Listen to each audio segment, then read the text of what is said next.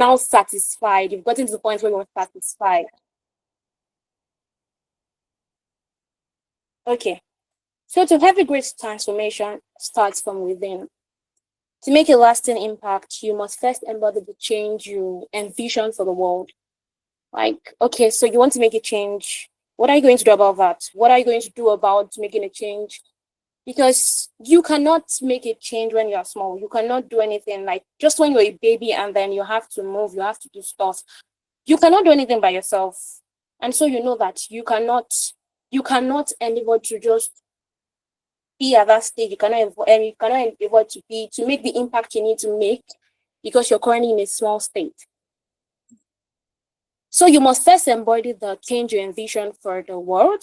And this requires you to grow by expanding your abilities, evolve by adapting and transforming, and ultimately succeed by achieving your goal. So together, these principles empower you to lead and inspire others. It empowers you to lead and be an example to others. So I don't know about you, but me, I want to lead by example. I want to be a leader. I want to lead by example. And it's not even a matter of what I want to be actually, because there's more to life than what we have right now. So, okay, so 3 key terminologies we're looking at here: grow, evolve, succeed. So to you, I'd like to see your responses in the chat box. What is growth to you? What is growth? What does it mean to grow? I'm going to share my slide later because I don't know what's going on now, but we're going to see my slide definitely. So growth is a continuous, unending process. Like I said, it never ends. It begins first with your self-awareness. Do you know who you are? Do you know what you're about? And for one thing I know, and I've gotten to like allow stick into my head, is the fact that for you to know who you are, you have to first of all know who you're not. Many times to define things, you just have to know what that thing is not. So you need to be self-aware to even know that, oh, I need to grow. I need to go beyond where I am just at. And it is not just that, oh, it is money that is driving me or anything. You're self-aware, you're at the point where you're able to, okay, what are my strengths? What are my weaknesses? What are my passions? What are those things I can do even without wanting to be paid for or without seeing the need to be paid for? And I can do whether or not I am being paid for. Sure. Self-awareness. Self-awareness involves you knowing your strengths. It involves you knowing your weaknesses. And it involves you knowing your values, why you set a clear vision for what your future is going to be like. Remember, I mentioned that vision is a mental picture, basically. Where are you going? What is that mental picture you have of yourself already? So vision like this that we're saying is the mental picture of your desired future. So where is that place you've seen? What is that thing you've seen about you? What are the processes you're going to go through with it? What are the processes you're going to pass through with it? So basically, growth. Still continuing on growth, for now, being self-aware, you're able to have a picture of what you want. You're able to have a picture of where you're going. So now for growth as a foundation for change. You cannot say you want to drive change. You cannot say there is something wrong in your environment. That you cannot say there is something you're not comfortable with. Just like many of us Nigerians, and we are just this crowd that wants small things, or we're just people that really want to just get things to suit our immediate needs, and we're not necessarily looking out for the future. We're just like, oh, now. It happens with us even in this generation, and many more, because we're like, oh, I don't want to make the mistakes my parents made. I don't want to be like what my parents. I want to be better than my parents. I want to do better. And because of this, we just tend to channel all of this energy. We tend to channel it into the wrong paths. And most of the times, we're even leaving the pages of an already completed book. God put us in our family, put us in those circumstances because He wants to use those circumstances to shape us. He wants to use those circumstances to change us. He wants to use those circumstances to prune us for what He has said for you. Because His thoughts for us, they are far above whatever it is that we can even think, see, or imagine. Because I have not seen, yes, I've not heard what the Lord has in store for us. That's my daily principle. But then, growth is just the starting point. For you to say you're getting to be a change, or for you to say you want to experience a change within your environment, it could be your immediate environment, it could be your extended environment. For you to say you want to see a change, you first of all have to embody growth. You first of all have to understand that you need to grow from where you are. I think a whole part of this year for me was more like, oh my God, what am I doing with my life? What am I going to do with my life? What am I going? Well, I was just like, okay, I'm just going to learn. I'm just going to learn. I'm going to learn as much as I can and see if I can implement these things that I am learning. And for real, this December has just like been the this kind of voila moment for me. Okay, this is what I want to do. And really, really, I'm grateful for the delay I'm having with NYSC because there was some delay in my school. That's why I couldn't go for NYSC already.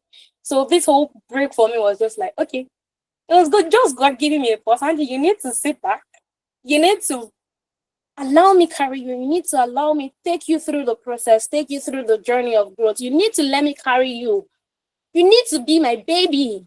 And so at that point for me, many times this year, I'm just like, God, when God is taking you to a place and then he just has to take you through the process, you might not necessarily envision things that you have to be, but then it comes to me that if Adam had gone through a process, if he had had a past, he wouldn't necessarily have fallen at the point where he did.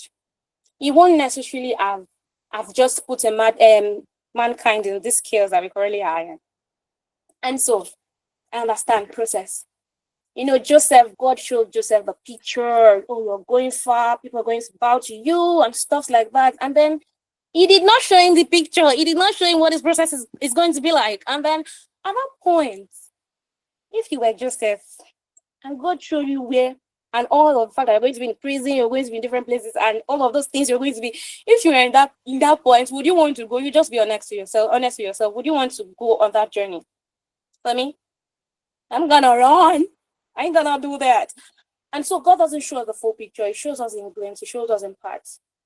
And then when we are going through those processes, it is very, very easy to just it is very easy to be blinded by the devil. It is very easy for us to just, be blinded by what is not, basically, because at the points where we have to just do stuff, at the point where we have to do things for ourselves, at the points where we just have to move, and then it's feeling like, oh, it's really hard, I'm depressed, and stuff like that at those points. And then the Holy Spirit just comes and tells you in those points, just walk with me. Why are you scared? Why would you be? And so many things, so many times, the Holy Spirit have had to teach me lessons. Like, I'm very big on the Holy Spirit. I'm very big on God, knowing God, because you cannot afford to not know God for yourself, especially in this generation, in this day and in this time. Like, why are you doing adulting without God? I don't understand you. But then, so like I said, growth is just a starting point. It is about enhancing your skills, your mindset, and your knowledge to prepare you for greater challenges. So growth makes you capable of contributing to the world around you. Like, it's not possible to say you want to grow in just a very small space. You're not doing anything. You're just in this very secluded space where the people around you are even mediocres. I'm not insulting anybody, please. So you have just really small people around you. You have crowds that want small things just around you, and they're just there. And what they're clamoring for is, oh, this president is bad, this. And then the next election is coming, and then these people are the ones collecting 5,000 naira and they're selling their votes. Well, I know we're not all Nigerians here, but I'm just saying a typical example from what I know currently. So basically, growth makes you capable of contributing to the world around you. And for so many people, just like me, God will just tell you, oh, I want you to come out from among them, and I want you to be separate. You've been in this crowd for too long. I don't want you there. And he wants you to just come out of it. And he's saying, come out from among them and be separate. I don't know who God is telling this right now, but he's saying, come out from among them and be separate. I want to do in you what no man will ever do. I want to do far above what you can ever ask, think, or imagine. Okay, let's not delve into that, but then. Okay, so basically, God makes you capable of contributing to the world around you, like I said. Okay. Growth. Okay, 3 things basically for growth. Let me just mention 3 things we need for growth. We need to be able to focus on self-development. We need to be able to practice discipline. There's no growth without discipline. There's no process you will go on without you having to be disciplined for that part of process. And then you need to be able to embrace feedback. If there is one thing I know, this week that we're finishing right now, it's just as if I made so many mistakes this week. I've cried a lot this week, actually. And it's as if, Anjiee, why are you doing all of these things? Why are you doing this? Why are you doing it? It's just, every single time the devil starts to just try to, make these things look so big in my eyes, and it starts to make me feel how much of a weak person I am. Then I just sit down, and then the Holy Spirit just reminds me. He says, I'm taking you through this process. And I need you to learn from these things because this is the time when you can make mistakes. So for many people here, this is the time you can make mistakes. So make as many mistakes as you can. But don't make one mistake twice, obviously. You cannot afford to do one thing twice. So make as many mistakes as you can. Embrace feedback. Learn from those things. I'm not saying you should go all extreme or you do anything, you will still chop the cake. You will eat the cake for that thing. But then, okay. So basically, we need to focus on our self-development. You need to read, you need to learn, you need to take steps to improve. If you don't read, you'll turn red. Okay, so you need to practice discipline. You need to commit to consistent effort in your personal and professional life. This year, for me, I used to think that my life was very scattered. I won't even lie. But God has been taking me through the process. Has been taking me through the process of organization. And then we need to be able to embrace feedback, like I said, constructive criticism. I have collected plenty of criticism this week that we are just finishing. This week, even yesterday. But then we choose to just see life. What can I learn from this, and what can I not do next time? So basically, you cannot create external change by not growing first. You have to first grow to create. You have to first grow internally to create change externally. Okay, so evolve. What does the term evolve mean?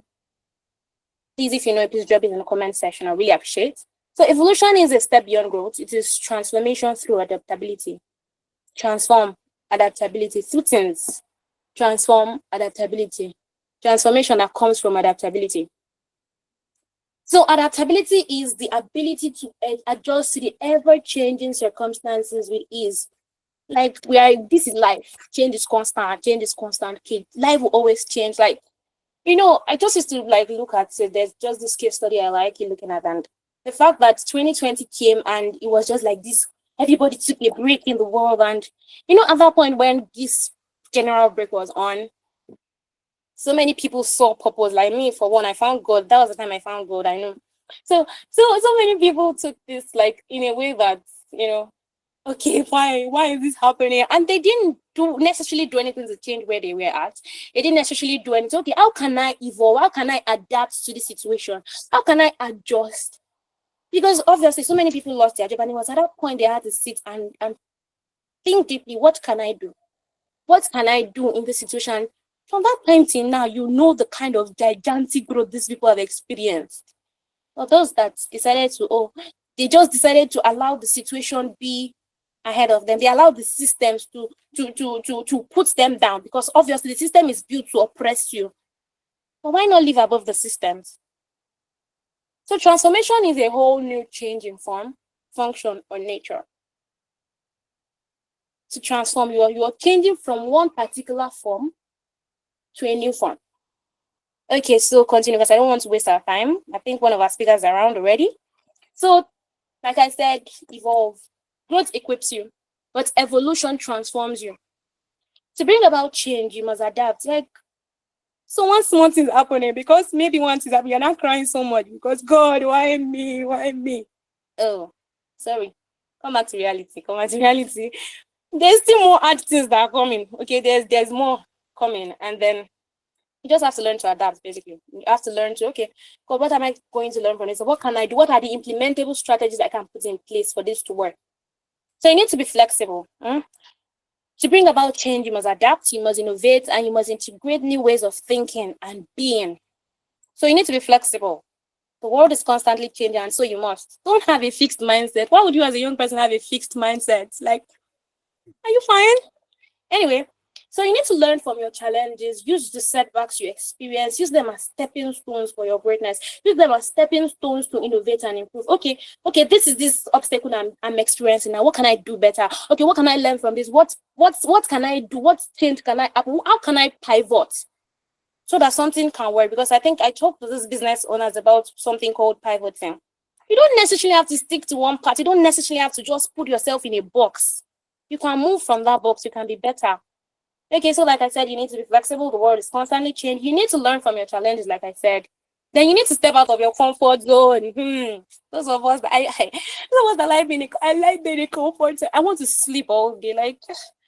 Sleep is the thing I do for fun. So I just want to be able to sleep all day. I just want to be able to, just be. But at the time when I wanted to start this growth challenge, I found that I couldn't even sleep. I couldn't even sleep in peace because I had a picture running in my head and no, you must do this, you must put this one in place. And at that point, I didn't necessarily know what I wanted to do, but as I went on, the path kept on getting clearer. So this is for someone today. Don't wait for everything to be perfect before you start. Just start. It gets clearer along the way. So like I said, step out of your comfort zone. The comfort zone is so beautiful, but nothing grows out of that comfort zone. So this you must know. True transformation requires courage and requires action. Evolution positions you not only to embrace change, but to create change. Be the change you want to see. Okay, so succeed. This is grow, evolve, succeed, be the change you want to see. So like succeed. So success basically is the visible outcome of your growth and evolution. There is nothing called success if you don't do anything to achieve it. It could just be luck if maybe something just come. And that thing that you did not even work for, it will not even last. Like, I see many people just wanting to get rich quick. They don't want to go through the process. They want to skip the process. But you have to go through the process. If not, you will not last at that place of destiny. And for anything you have to do, you have to know that getting to the top is not easy. And staying at the top is not even easy. It is very, very easy to fall. So you just have to know that you have to embrace this. You need to have different small actions. You need to make it a sum total. And then wait, okay, this is success for me. Then besides, what is success to you? Okay, so success is reaching your goals while inspiring others. Note, success is reaching your goals while inspiring others to pursue theirs. You cannot grow. Okay, you say you are growing. Why are you growing for yourself? Like, why are you growing for yourself? Why? You'll be small. That's a small mentality. And some people feel like they are too rich because they have cars, they have houses, they have every other thing. And they're using all the trendy things. And then they're like, oh, this person is rich. But I tell you, that is not riches. There's something greater than that. There's something like flourishing. Yeah, I want to be a flourishing kid. But then that's just it. So success basically is not selfish. You cannot say you're successful and you don't have people that have been able to succeed through you. Nah. I think I figured this out in school. And for me, it's just that, okay, if I think I'm reading alone, I will not even remember anything I'm reading, basically. But when I know that, okay, I have to teach others these things that I've done, sometimes I don't even necessarily have to read, but when we gather and I have to teach them in tutorials, whatever it is that we did that night, that's what came, and that's what comes out in the exam. And so for me, it was as if I was having a cheat code because when people were reading, I wasn't reading. And people like started comparing and they're like, oh, this person, and someone literally called me a green snake in the green grass, and I'm like, I just have an advantage. The Holy Spirit is my advantage. It's the one that leads me, directs me on what to read. And so I'm telling you again, in this life, have the Holy Spirit. Have a relationship with him. It's very important. Anyway, so success is the way to show what is possible when you commit to being the change. You need to define your success. What does making a difference look like to you? For me, making a difference to me looks like everybody grown together, everybody achieve.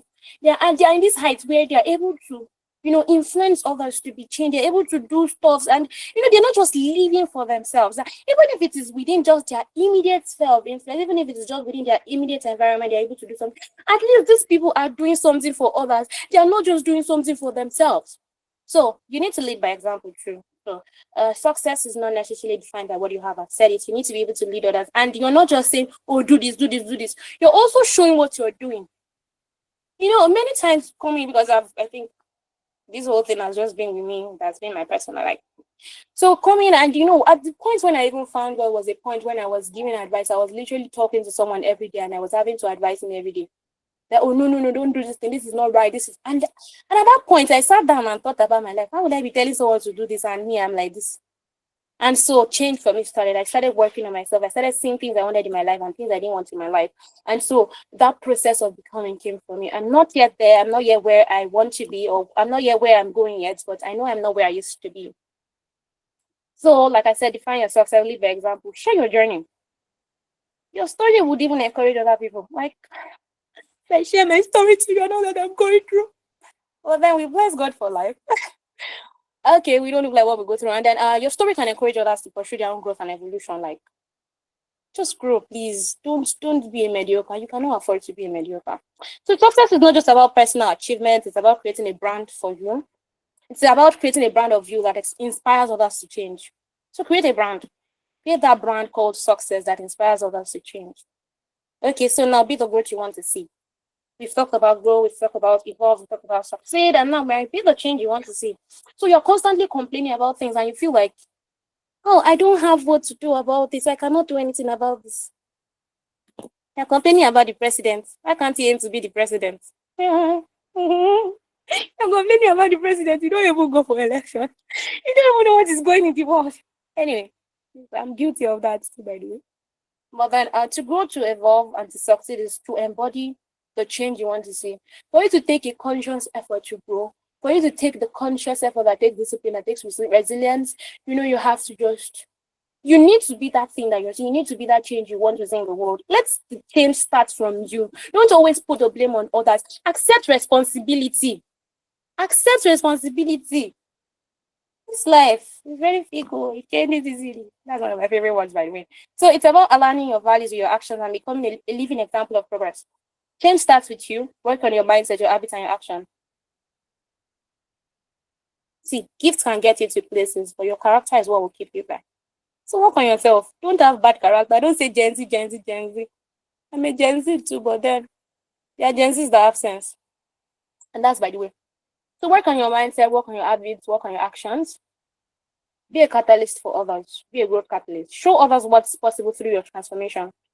There's a lot of possibilities embedded in you. A lot is embedded in you. You just need to, know these things and you need to do these things. It's not enough to know, you need to do.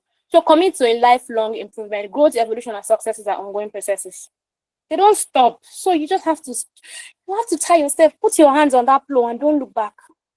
Anyway, so you know what it means to be a change. You know what it means to embody these 3 things or 4 things together: grow, evolve, succeed, and be the change you want to be. It could be like a teacher who is growing to, learn new techniques. Like I said, I was growing so that I saw that, I needed to grow so that I could give this person more advice. Since this person is actually accepting what I'm saying and is actually working with it, and this person is changing. If this person is changing, why can I not change? So to me, I had to learn new things. I had to, look for ways to put these things together, let it all make sense, even though, many times to us as young people, life doesn't even make sense. But then this teacher evolves by integrating technology into the classroom. She succeeds by creating a generation of inspired, forward-thinking students. Evolve. You cannot afford to be small. I cannot even afford to be small. Failure is costly. It will cost you a lot. Just picture this, then you get to the end of time and then you make it to heaven, only you. You don't have anybody tied to your name that made it to heaven too. And then the Holy Spirit say, see what I had for you. Look at you, only you here. Oh, okay. I'll be the gate man in heaven. I know some people prefer to be gate man in heaven, but then don't be a gate man. You can live in mansion too. Your daddy, my daddy, he went up there to create mansion for us. So don't just waste your time. Bring people into this. So practical steps to take to be in the change. You need to identify your vision. You need to know to have a picture that will drive you. You need to have something up there that has to be the drive. Because if you don't have a drive, you give up along the way. Motivation is not enough to carry you through the journey of life. It is not enough to be motivated. Yeah, it is not enough to be motivated. You need to have a picture. You need to have a mental picture of your required future, of your desired future. So you need to invest in personal growth, develop skills, habits that align with your vision, embrace change, embrace transformation, be willing to adapt and innovate, and you need to know how to measure your success. Many times we just the whole vision just looks so big to us because we do not have broken down we don't have ways we break it down using I think Pomodoro technique, breaking these big tasks into small chunks that you're able to measure your success through the small chunk. Okay, I've done this today. Okay, I did something today. That's good. And then you're able to add all of these things together and it turns to become success. Okay, so inspire others, be an inspiration. Don't do life alone, like I said. Anyway, to conclude this, this has been a well spent time. To conclude this, be the change you want to see. Being the change you want to see is more than a motto. It is a call to action. Yeah, I'm calling you to action. Be that change you want to see. Don't be a mediocre. Don't complain and you're not doing anything about it. By committing to grow, you lay the foundation. By choosing to evolve, you become adaptable and innovative. And by working to succeed, you inspire others to follow your lead. So inspire people, even though I'm not anywhere yet. Where am I? I'm still in ground zero. But then we thank God for grace. We thank God for the opportunities we have. So together, these principles equip you to create lasting impact and become the catalyst for meaningful change. So begin today. Invest in your growth. Embrace evolution and take intentional steps towards your success. Intentionality. You are the change the world is you are the change the world wants to see. You're the change the world needs to see. Okay? You can do great things from your current small places. Anyway, remember this. The world is waiting. The earnest expectation of the creation is awaiting your manifestation. So grow, evolve, be the you the world is waiting to see. Thank you very much, guys. It was such a lovely time having to do this. Bye.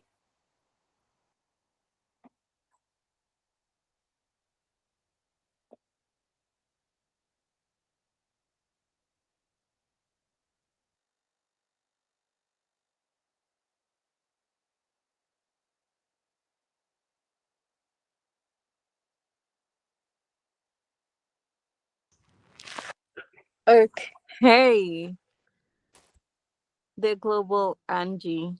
Wow, that is a very, very deep well of knowledge that you have shared this evening, and we really appreciate. God bless you.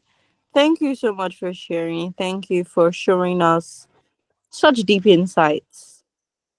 We really appreciate you setting this up and at the same time you dish it out. We really do appreciate it. God bless you immensely. All right, so quickly, we are okay. Before I introduce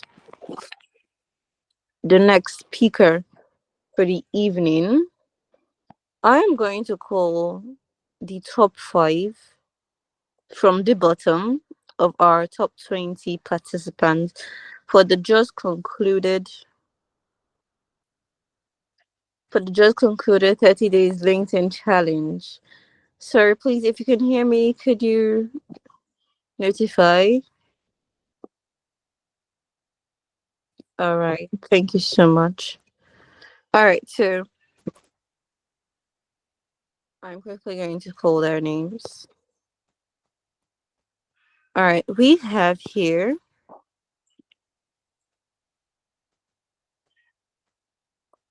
okay, Damilola Falaluko.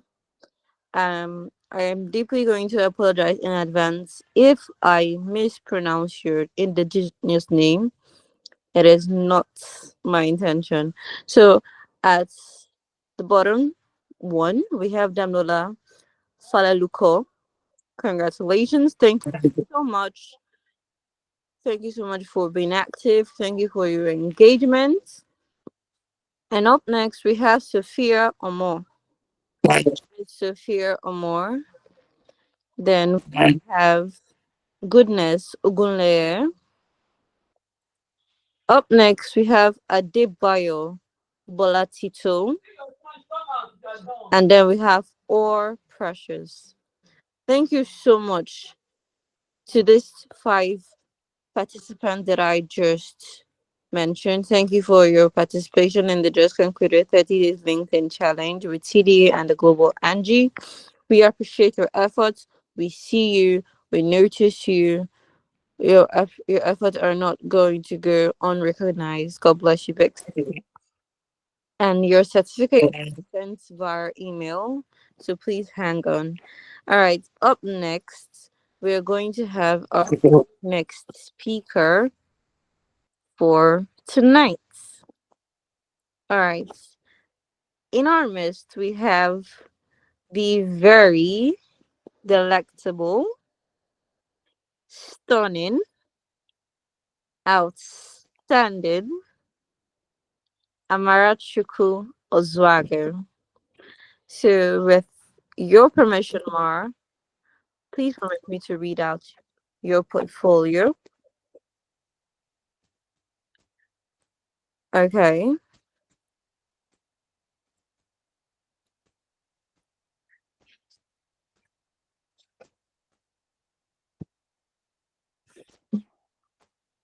Sorry, please. A minute, please.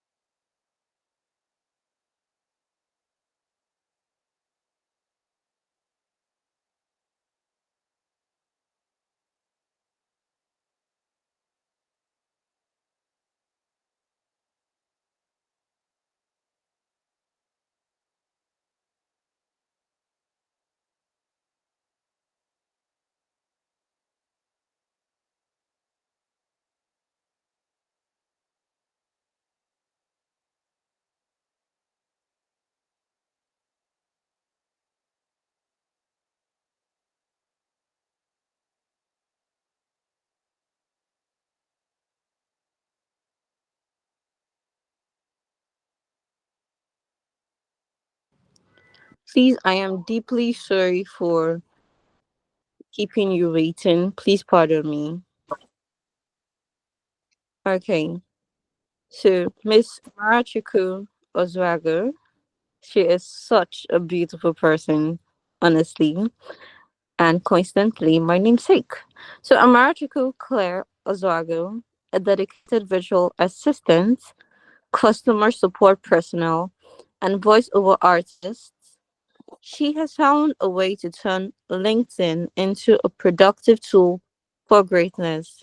She prides herself as a trusted partner for businesses and individuals seeking to reclaim their time, multiply their productivity, and focus on growth. And her recent slogan is "Let's do the necessary, encourage hard things now for the soft life soon." So if you know that you're on that table of I want a soft life, I want an easy life, I want a stress free life, it is time to hop on to do the necessary and the hard things now. So if your emojis, your clapping emojis are not too busy, please a warm welcome to Miss Claire Ozager.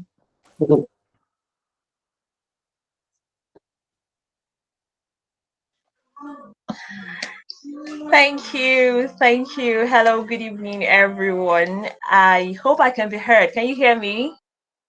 Please, a thumbs Yes, we up if you can can. hear me. Okay. Thank you so much. I am seeing my family here. I can see Daniela, my girl. I can see Hope.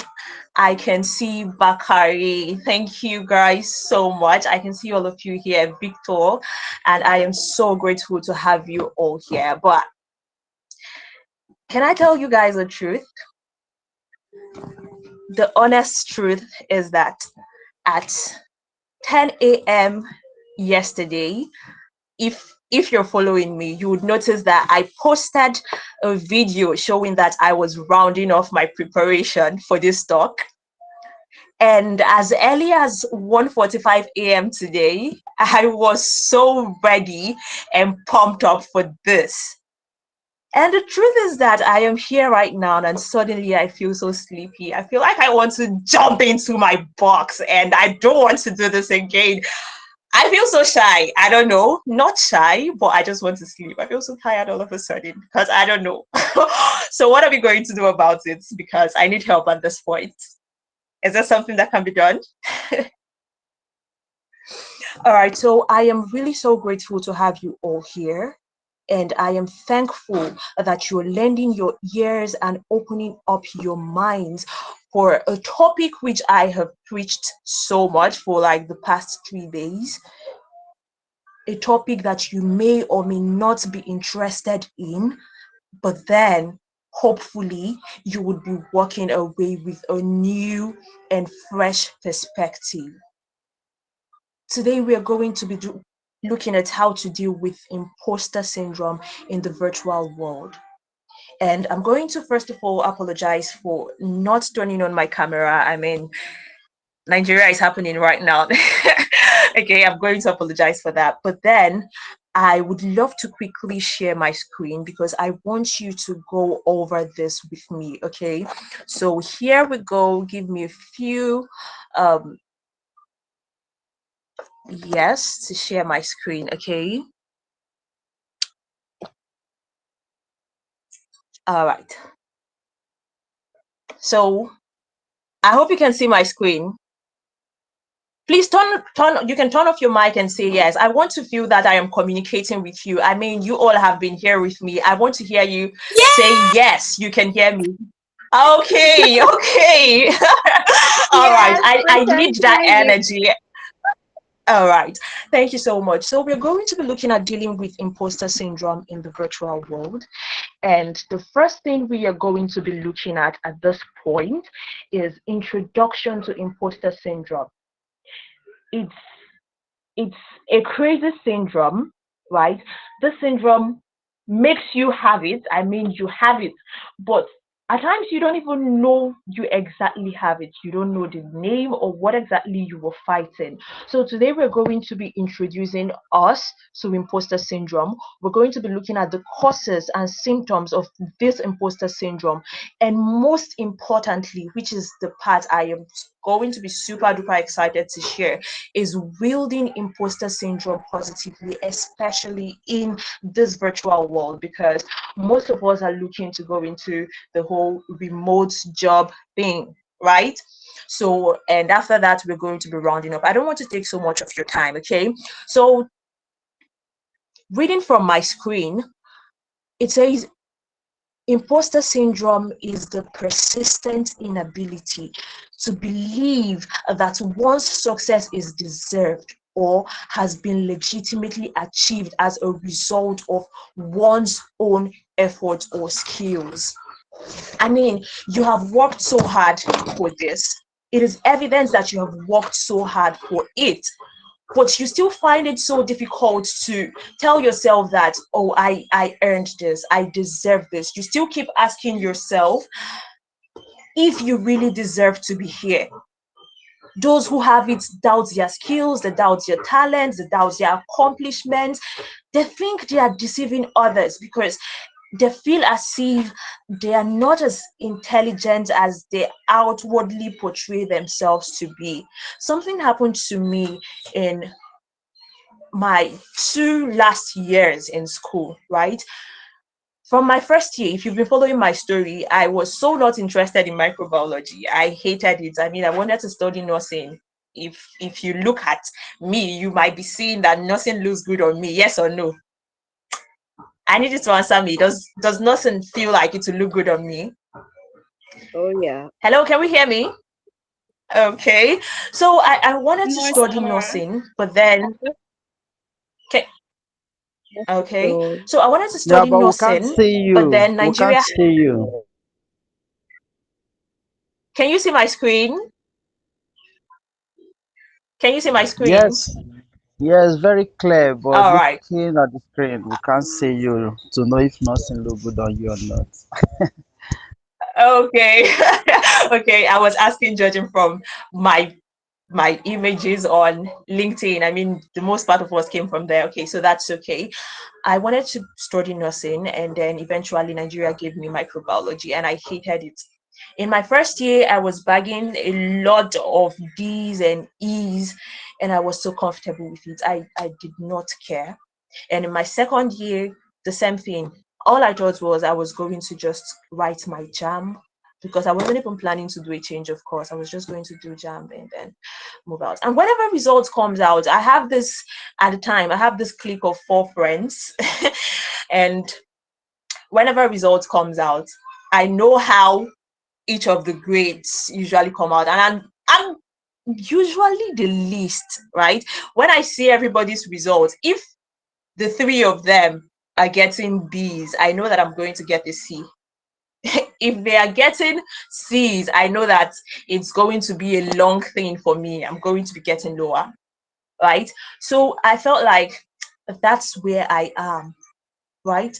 I felt so comfortable in that space because I already told myself that I don't really want this, but I'm cool with mediocrity. I'm cool with being here.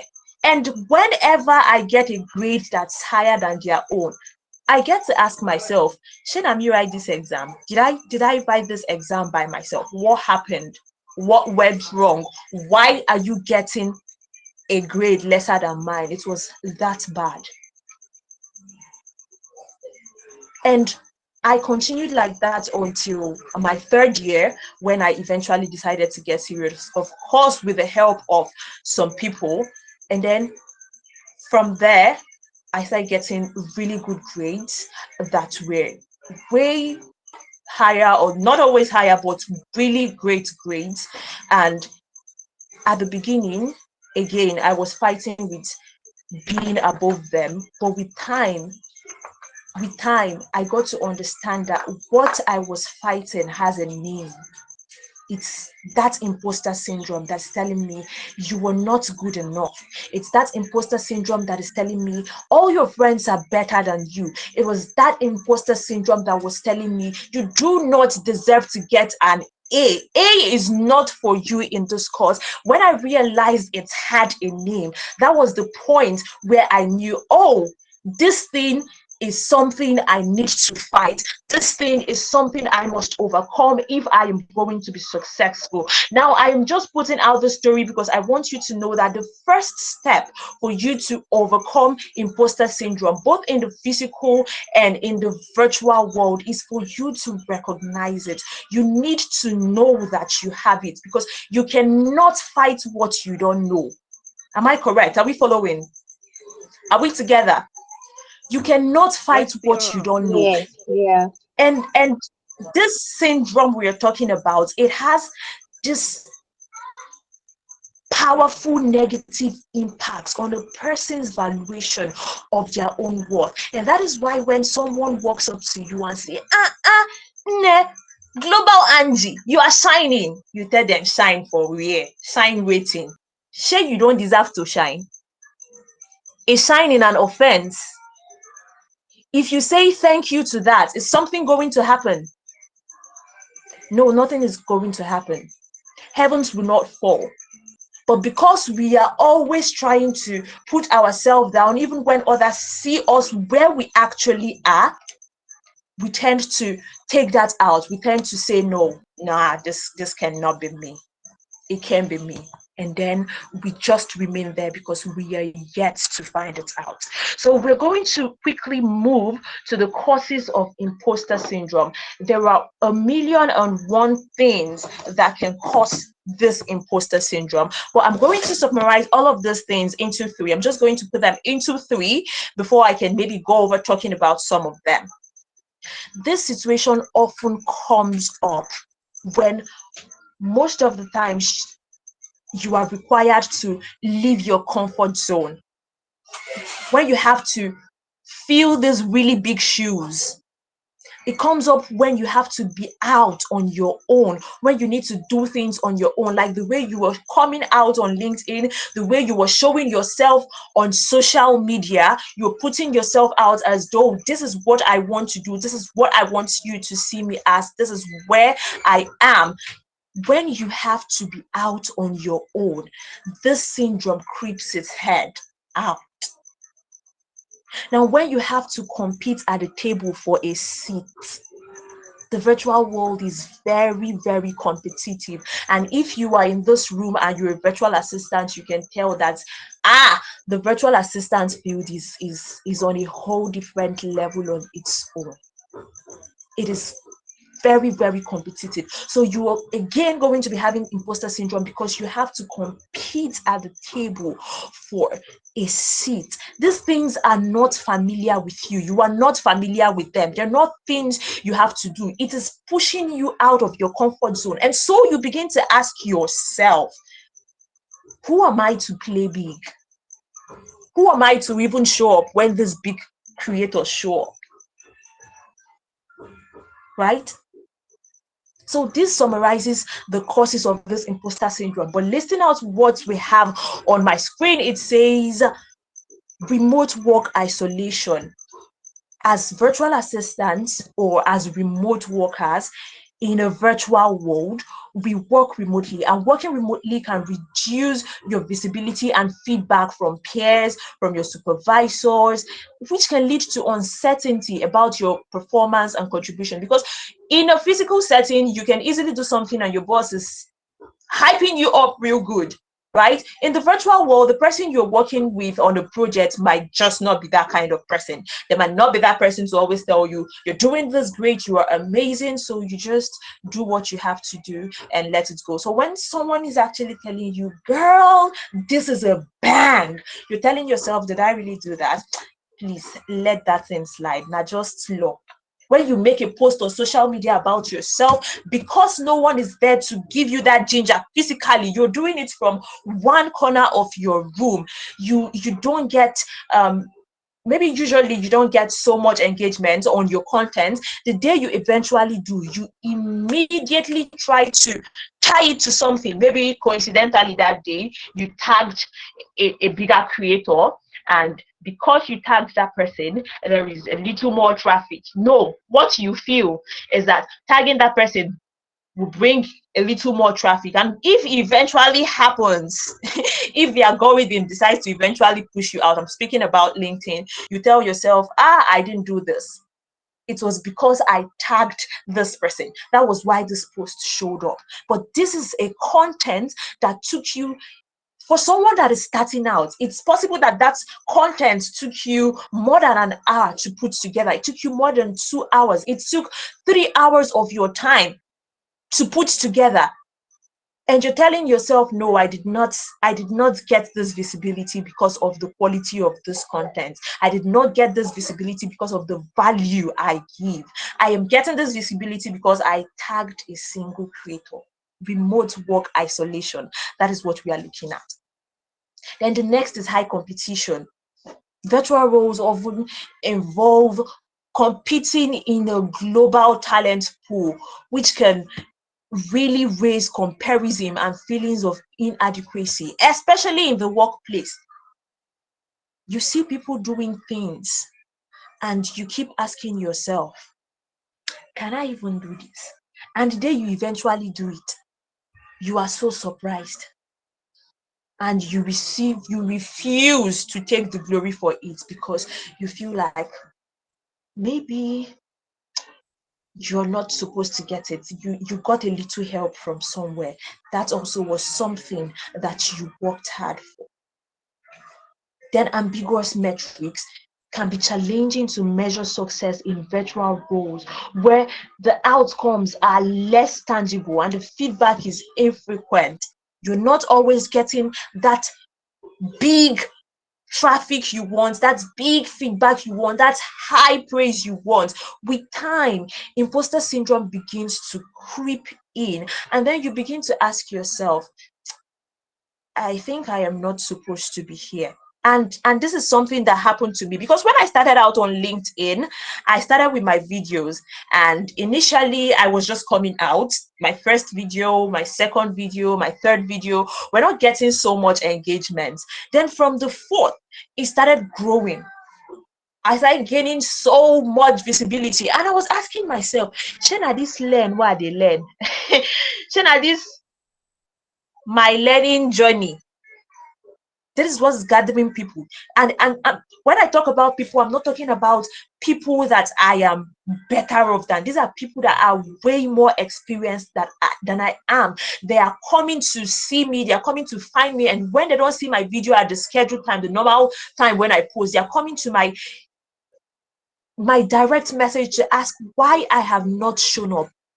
And I kept asking myself, what did I even do to deserve this? Why am I here? I am not even supposed to be here. I mean, I am just a learner. It took a while before I began to embrace that. Again, when I was able to wrap my head around the fact that, oh, Claire, this is imposter syndrome. This is what you are fighting against. It was at that point that I was able to snap out of it. And then at some point, after my phone had issues, when I made that post, I said my phone had issues and I wasn't going to be showing up as much as before. And then my engagement started reducing. And I was telling myself, I said it, that I was not as good as I was thinking. That is imposter syndrome. That is how it makes you feel. That is what it makes you think. It makes you think less of yourself. It reduces your self-esteem. It makes you don't even want to go out. It makes you not want to explore. You think you lack the expertise. You feel like everything is happening so fast. You are coming up so fast. You are not supposed to be there, and you want to go back down. For what reason? The irony of this syndrome is that it happens to high achievers. So I want to say this. At any point you start feeling this way, right?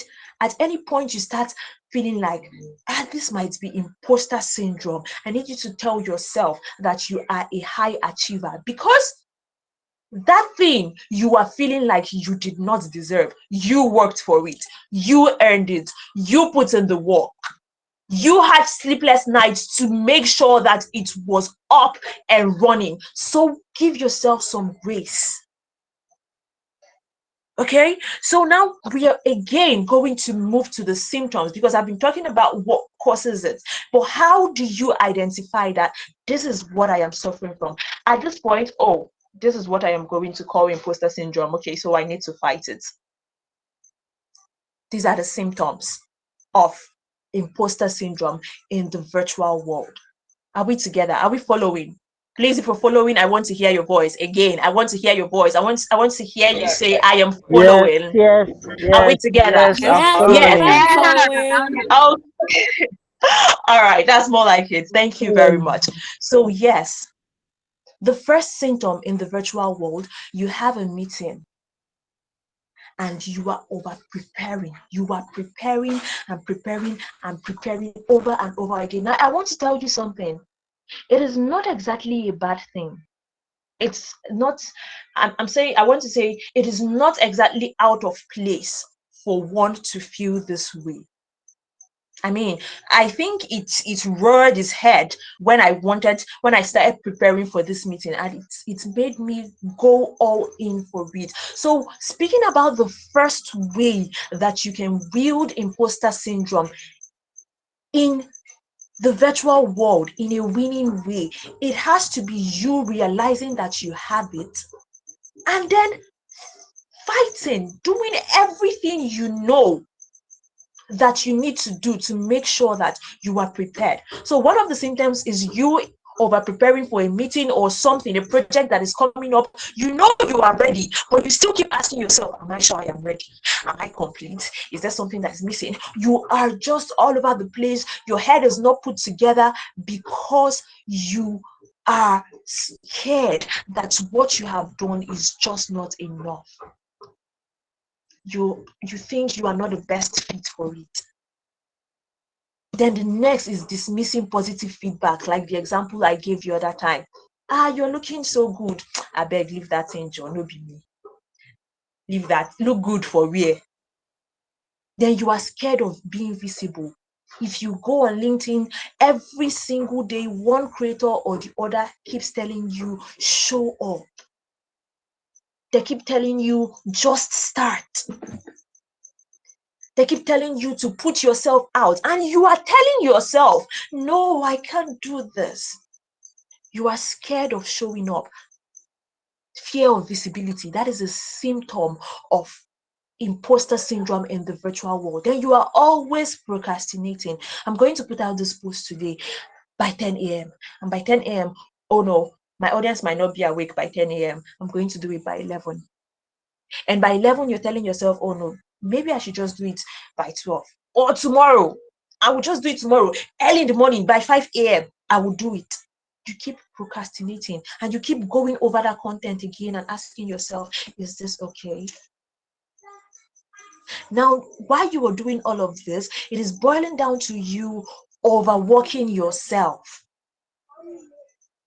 You keep working and working and working because you want to tell yourself that it is going to be over soon, it's going to be worth it in the end. So you need to just give it your best shot because you don't want to be perceived as low, or you're already feeling that you are low. So you keep working and then you end up with your head spinning after smacking it into the brick wall of burnout. Then you are struggling with networking. Should I reach out to this person? Should I even send this invite? Will they allow me? Am I in their league? I'm not supposed to be there. I belong in the lower class. Why? So whenever you see any of this is a sign that you are fighting with imposter syndrome and you need to do something about it. Now, I want you to get your pen and your paper ready.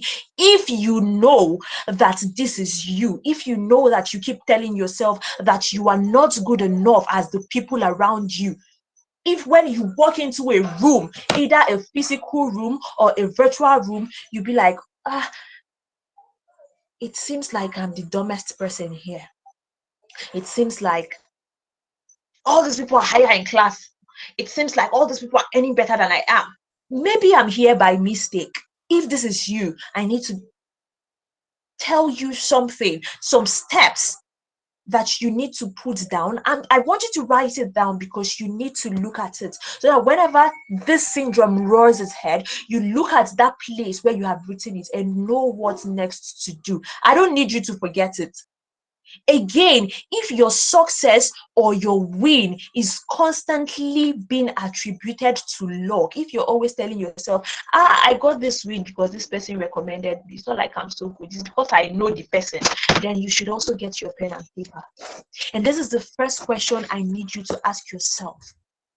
What are you not qualified to do? In the case of virtual assistants, I need you to ask yourself, what are those skills that you are not qualified to do?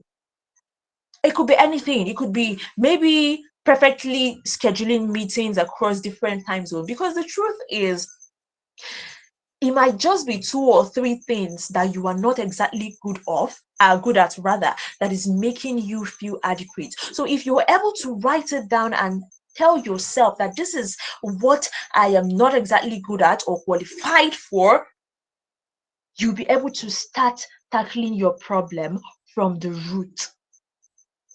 Now, the next thing you want to look at is, if I don't put out that content, if I don't show up, if I keep procrastinating, if I keep over preparing and burning out, what will I lose out on? You lose out on opportunities. You lose out on so many connections that will get you to places. You need to ask yourself, what will I lose if I don't do this? And when you start writing this down, you're going to see that what you will lose out on is so much. And at that point, you start realizing that it is not something you want to lose out on. Then you ask yourself again, the third point, what will others lose out on if I don't do this? In the virtual world, it is people not hearing that value you have to give out. That is what people will lose out on if you fail to show up. There is a problem that is supposed to be solved, but because you are not speaking up, because you are sitting down in that room feeling unqualified, you just keep short. A problem you have a solution to. So you not speaking up, you not showing up, is you not being able to help that situation, right? Then the next question you want to ask yourself is, who is qualified to do them? The moment you are able to find people that are able to do that thing that you feel you are inadequate about and start connecting with them, not being jealous of them, but going ahead to ask them, how did you do this? How can I do this? I want to get the same results. That is you solving that problem that you feel like you are not qualified for. And the moment you solve that problem, I want you to know that you will feel so much less of a fraud.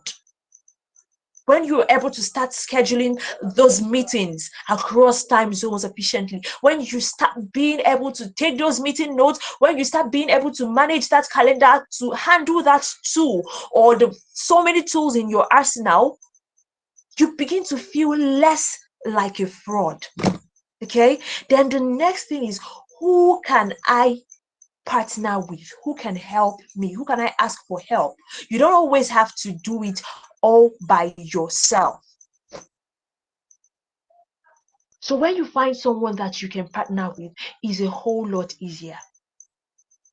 Then again, you want to ask yourself, what advice would I give to a friend? You know, when I made the first post and said, initially, when Global Anjiee asked me to do this, I kept asking myself, will they listen? Will they attend? Will they want to show up? And there were tons of advice on that comment section. Claire, you've got this. Amarachukwu, you've got all it takes. You can do this. We are all here for you. Do you get?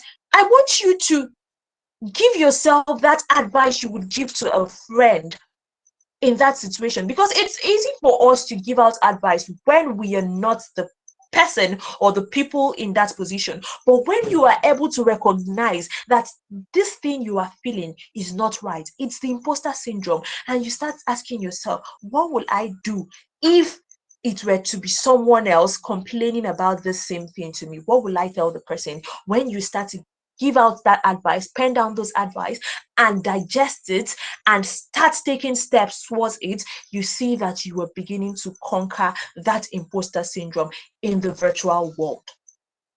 Then you want to find people that has the same problem. You know this thing we do in Nigeria, if there is no light in your house and you look at your neighbor's house and you see light, hey, wahala in Nigeria. That is pain, premium pain.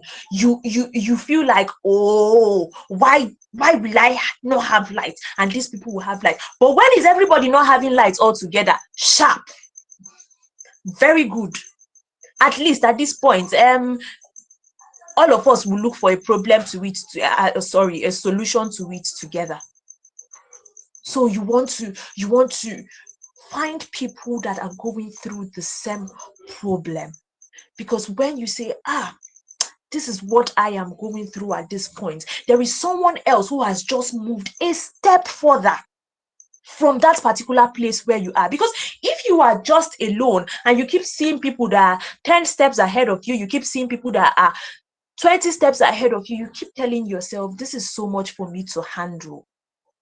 But when it's someone that is going through the same thing with you and has solved that problem, it's just one step ahead or two steps ahead, and you talk to the person and the person is saying, let me have your hand, let me help you take one step. It's easier for you to take one step than to take 10 steps. I hope you know that. Please, if you're following, give me a thumbs up.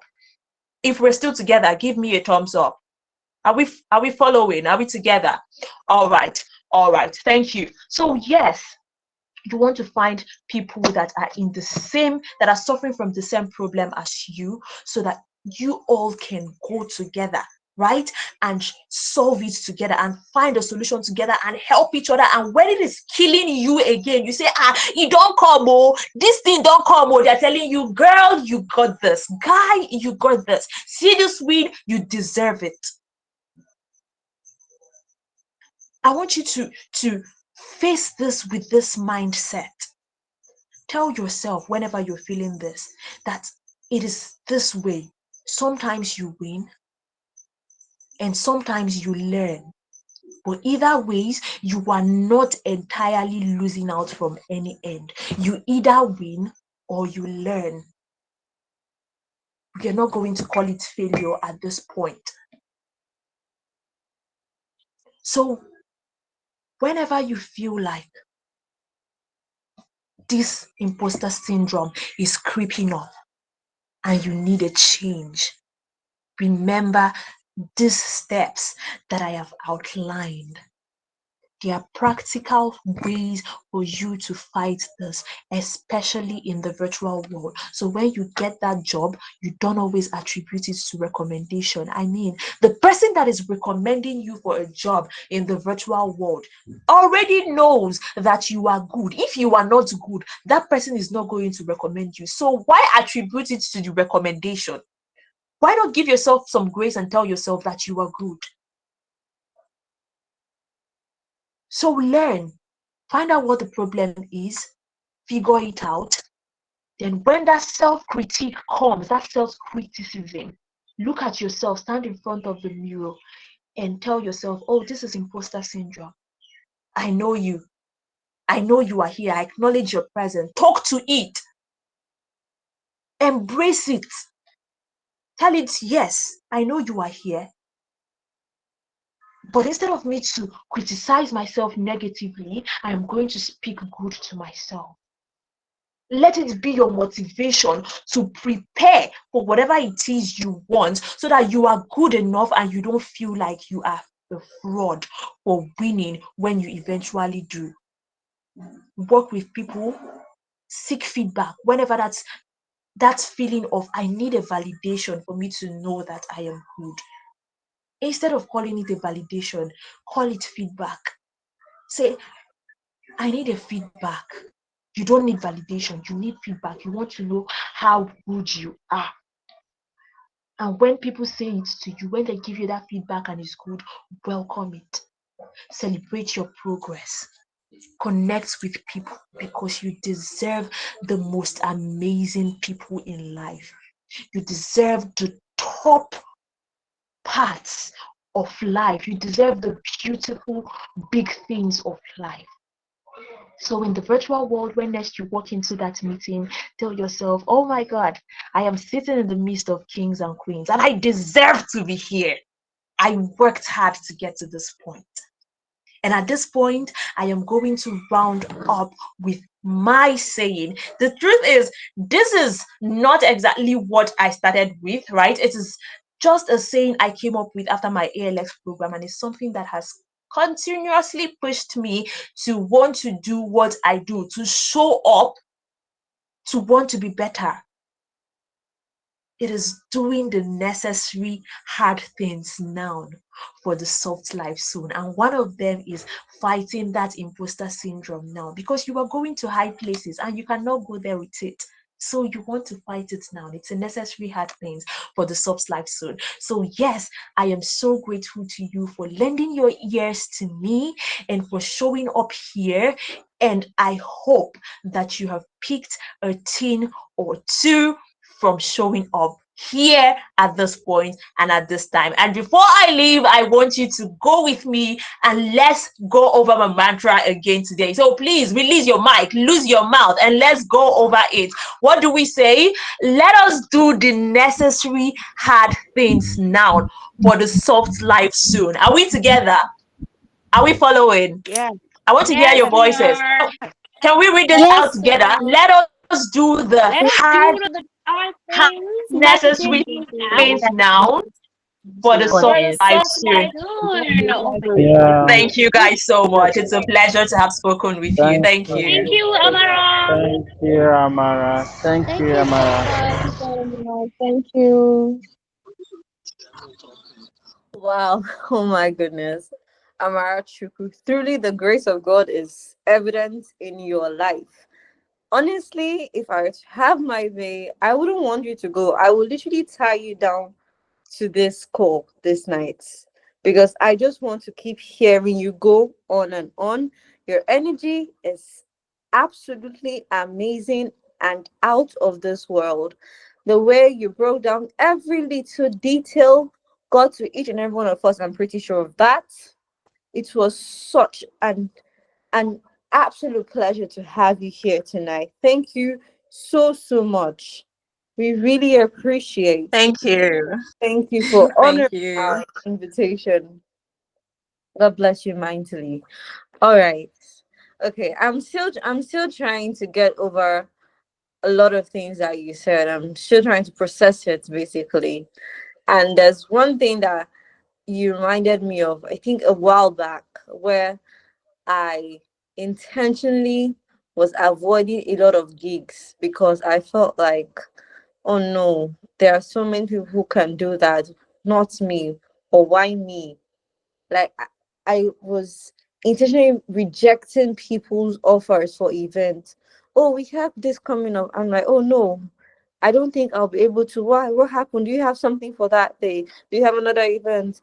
I was looking for excuses everywhere just to give to them of why I cannot do it because I felt like, oh, I wasn't prepared or I'm not good enough for it. But as time went on, I began to understand things better or certain things better, and I'm glad I did. Thank you so much, Amarachukwu. God bless you. God bless you. God bless you big time. Okay. Before we, get over her words, we're just quickly going to move to our very next speaker for tonight in the person, or before that, before that, how about we go over our next five top 20 participants from the just concluded 30 days LinkedIn challenge. Okay, so I'm just going to do a run through, if I may, or should I? Okay, I'm going to skip that. So in the 15th rank, we have Olushola Oluwakorede. Thank you so much for your participation. Thank you for your engagement. Thank you for showing up and being consistent. And then we have Clarissa Pepple, myself, and we have Ike Tony Chukwuemeka, Priscilla Adeshomo. We have Victory Jekeli. Thank you so much for showing up. Thank you for being consistent. Even when it wasn't convenient, thank you all so very much. We really appreciate. And please do not forget that your certificates will be sent to you via email. Okay? All right. Next, without wasting much of our time anymore, we have Dr. Valerie Okorie, who interestingly is a medical doctor, and she's also a content creator. So, with over 23,000 followers, Valerie is a doctor and a leading voice in the creator economy on LinkedIn. She has grown on platforms like Instagram, Facebook, TikTok, and LinkedIn, speaking to millions. She teaches people how to make sense and dollars out of the creator economy, and she is an advocate for sustainable development. You know the routine? Please, if your emojis are not too busy, a warm welcome to Dr. Valerie Okorie.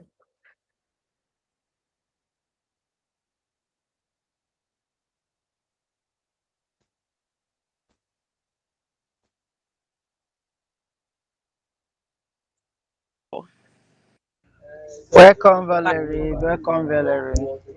Thank you guys so much. Thank you so much. I'm really happy to be here today. So, the speakers have been amazing. Like, honestly, I'm super excited. So, I'm gonna start as soon as possible so that we can learn a lot today. And we've learned a lot. And I don't want to, the last event I attended. Let me, okay. So the last event I attended, there was a lot of people were really busy. There's a lot of information, right? So and the next speaker after me was like, oh, just want to just make it short so that information overload. So hi guys, my name is Valerie Okorie. Um and today I'm going to be talking to you about how you can grow, evolve, and succeed. So it's very important to me because I don't know if you can see my book. You can see this book. This book is called Expert Secret. And this book is called Mindset. Now, as creators or as professionals, because personally, I started my journey as basically someone who talks about content creation, video editing, making money online, and this stuff. But recently, I transformed myself into talking more about my interest, my new interest now because of my current position as a doctor. And today, I want to focus on the topic on how you can evolve through your mindset and your personal brand. I listened to Aji, Anjiee. It was amazing. I also listened to Amarachi. Amarachi, you're like, wow, that's superb, absolutely superb. Everything you said, I literally wanted to take notes. It was amazing. Okay, so let me talk about how you can use your mindset to your personal brand. I'm so happy because everyone has really covered a lot on mindset, so I may not dive deeply into that. So when it comes to mindset, you have two types. We have the growth mindset and we have the fixed mindset. Now, but a fixed mindset is one that basically refuses to grow, which we all know, while a growth mindset is one that is willing to learn more and expand. Now, as a creator, why is it important for you to have a growth mindset and not a fixed mindset? This is because you have to continuously evolve, which is part of our title today. The ability for you to continuously evolve helps you stay on track. Personally, I think I think it was Anjiee was talking about pivoting, right? Now, what does pivoting mean? Pivoting means that if you're following a particular pathway and you see that you need to change your direction, do not fail. I do not fail to do that. I think in church, talking about a woman that was knitting, kept knitting, and that knitting was leading her into like her doom, like her death. So it kept falling down, and she kept knitting, and she kept doing that until, like, she said, even using her hair to like knit. At the end of the day, she realized that if she doesn't stop, she's going to die, right? And at the end, she used her scissors to cut her hair. Now, don't let yourself get to the point whereby it's going to be at your own detriment, right? Before you can change the direction of your content. I'm really happy that Amarachukwu has talked about imposter syndrome, because we all suffer imposter syndrome. And I was happy because she didn't say, oh, I don't have imposter syndrome. She said, identify it, recognize it, right, and defeat it. Like, it's very important, because if you know you have it, it means that you recognize it, and if you can recognize it, it means that you can defeat it. But if you keep avoiding the fact that, oh, I feel inferior because I'm here, right, I feel strange because I'm here, if you keep avoiding that fact, you will never really grow as a person. So accept it and grow. And that's why we have the growth mindset. Okay, now, how do you build your personal brand as a creator? I feel like that's something that we've not talked really about. The first thing you need to know is you have to understand the term deep work. Now, when I say deep work, it involves deep thinking, deep planning, right? Going into yourself and finding out why. Right, finding out why you are online, because the reason why people don't stay consistent or just start today and stop tomorrow is because they don't even know why they are there. Many people want to just blow overnight, because you've seen people blow. You're like, oh, okay, I'm going to start content creation and I'm going to succeed. Sorry, can you hear me? Give me 1 second. Let me.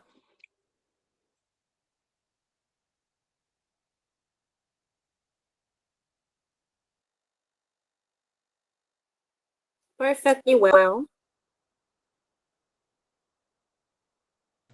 All right. Okay. I had to, all right. Sorry, guys. Now, as I said, the reason why you have to know why you are online, why you're starting a personal brand, why you want to grow on LinkedIn, and many things like that. If you do not know your why, you're going to just join a challenge and go consistently, right, for 21 days, 30 days. And at the end of those 30 days, what's going to happen is that you're going to quit, right? You're going to quit because there's no reason for you to join. You thought that if you join, you're going to grow. This is why, even if you join, you just join because you want an engagement group. You want people to engage on your content.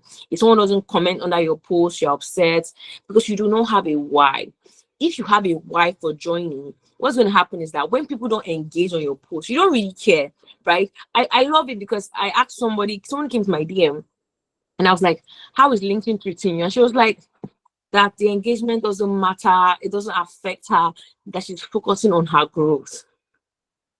Do you see that kind of mindset? And you can go to her post, maybe you've seen like 9 likes, but she's focusing on her growth. So as a creator, you have to focus on your growth, not on the amount of likes, not on the amount of okay. Now the question is, define what success is to you. Yeah, Anjiee is a living example, very, very living brain example, right? Define what success is to you. Now, I remember when I first started LinkedIn, success to me was growing every single day.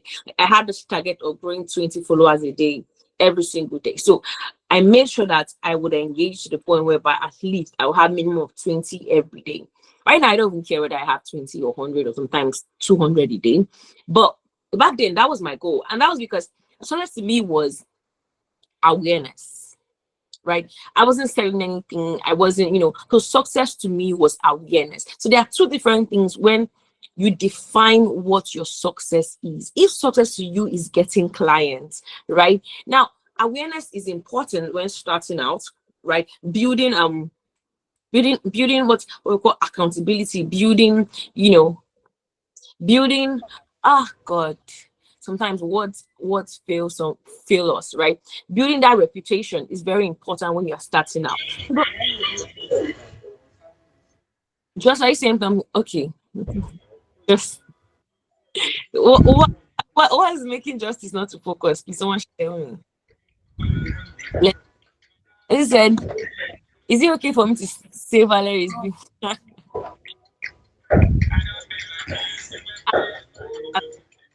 thank you very much. Yeah, appreciate it. Your volume, your mic, all right. So it's very important. Okay, thank you very much. All right, so as I said, you have to understand your why. Find what success. I the who, the what, the why. We always hear the same three things, but we never really apply it. And that is why I'm happy. Angie has talked about just your mic. I don't know where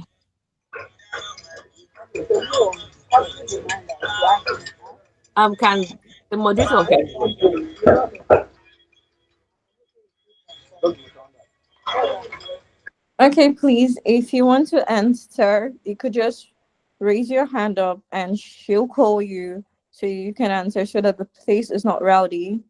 Yeah. Thank you so much.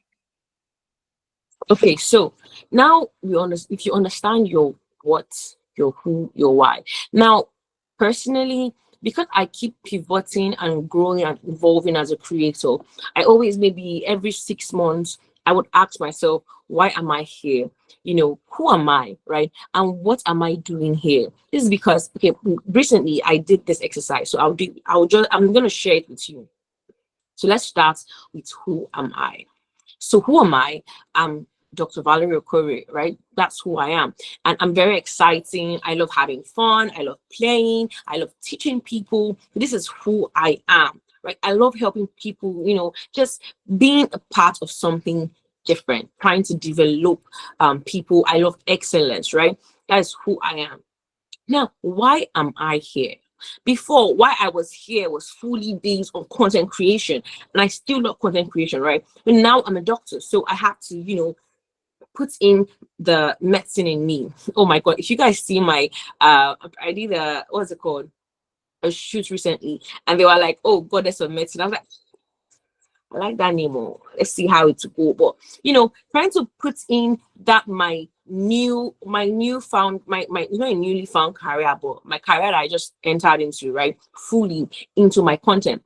And that is when you ask yourself why. And I developed a new strategy. So right now I'm working with Precious Obo.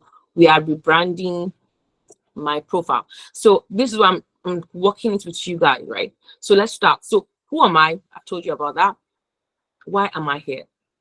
So my new goal now, why I'm here, is to help creators, right? To help professionals, right? Especially healthcare professionals, create content, right? And maximize their productivity as content creators and also as medics, as professional health, as healthcare professionals. So now I understand why I'm here. Not just create content. I now have another set of people that I want to help create content because medics in terms don't usually go to the content space. And we have people like Apico Doctor that are doing well. We have people like Faith Artistry that are doing well. And also our doctors, our medics, our pharmacists. There's a lot. I think early this year, the Big Brother candidate was a pharmacist. Like, so no matter who you are, you can do anything you want to do. That is why that why is important. Now, what? That what is different from why. What is that? Like, what am I going to be doing? What am I going to be selling? As in, you understand what I'm saying? So, what do you have to offer? If you can answer these three questions, so what am I offering? I'm trying to make sure I trained people, right? I train professionals on how they can start creating their own content online. Okay, I'm trying to ensure that I'm sharing health content, health tips. At least every Friday, I now have my health check-ins. I'm sharing those facts in my content. And now I have courses that help content creators grow on LinkedIn. So this is my what, this is what I'm serving my audience, like serving them breakfast. This is what I'm serving my audience. So you have to understand this simple fact. So you have to know who you are. Now, it's not just who you are serving, right? It's not just who you're serving. This is who you are, because, you have to understand yourself. I always say, as we go on, we're going to practice something about the mind. So you have to understand yourself, who you are.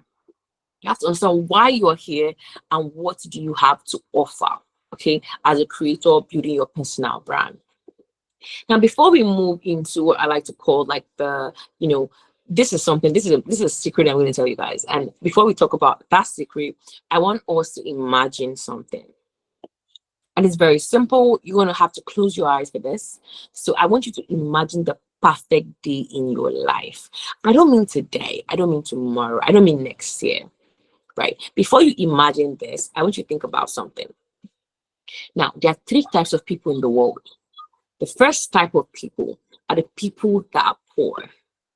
I don't mean poor in terms of poor, they can't eat.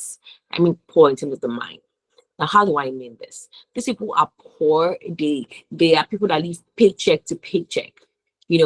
After the first, I don't know. We've all been through that. Your first salary comes in, and before the next one comes, you've already spent it. It's not your fault. The economy is hard. I understand, right? That's the first type of people. So they are poor. It doesn't mean they cannot eat. It just means they live paycheck to paycheck. That means every paycheck finishes to 0 and they start again. It happens to a lot of us. Anjiee, I see you. Now, the second type of people. These are, our parents, middle class. They can feed you, pay for your school fees. They have some money saved up in the bank. These are the middle class people. And, they're okay. They're managing. They're not suffering. The people that live on the mainland, like us, no, if you are living, they are even on the island, so don't worry. So we have the second type of people. Now, the third type of people are the people that are wealthy. See, I didn't say rich, guys. I didn't say rich. I said wealthy, because that middle class can be rich. People that are wealthy. Now, what differentiates these 3 types of people is how they think. And the poor people, they think in terms of days. You are flourishing. Don't worry. You are. No stress. All right. Now, this is why I'm saying this. It doesn't matter how much you are earning, right? I didn't say how much you have. I'm just saying poor in terms of what thinking, right? Now, the first people, which I said are poor, they live paycheck to paycheck. Why? Because they think in terms of days. Do you understand? At most 1 week. They're like, from Monday, they are waiting for Friday to reach. They go to work on Monday. On Monday, they're already thinking about Friday. Right? So they think in terms of days, in terms of weeks. These people are poor because they do not think far. They're always waiting. When will my salary reach? When my salary reach, I'm going to pay for my daughter's this. I'm going to buy this. I'm going to do this. I'm going to pay for this debt I'm owing. That's what they are poor. They think in terms of days. They're not going far. They are living for their stomach, paycheck to paycheck. Now, the second type of people, the middle class people. Now, these people are like managers, bankers, CEOs, they own a small business. They are good. They're making money, but they think in terms of months, right? The first quarter of the year, we are planning the next quarter. You plan to organize everything, but just in terms of months, first 3 months, 4 months, 30 days challenge, you just think in terms of months, once I finish this challenge, I will blow on LinkedIn. Once I finish this, this project, I'll start making money. That we think in terms of months. They have at most 1 year. At the end of 2025, at most, right? Now, let's talk about the rich people, the wealthy people. They think in terms of decades.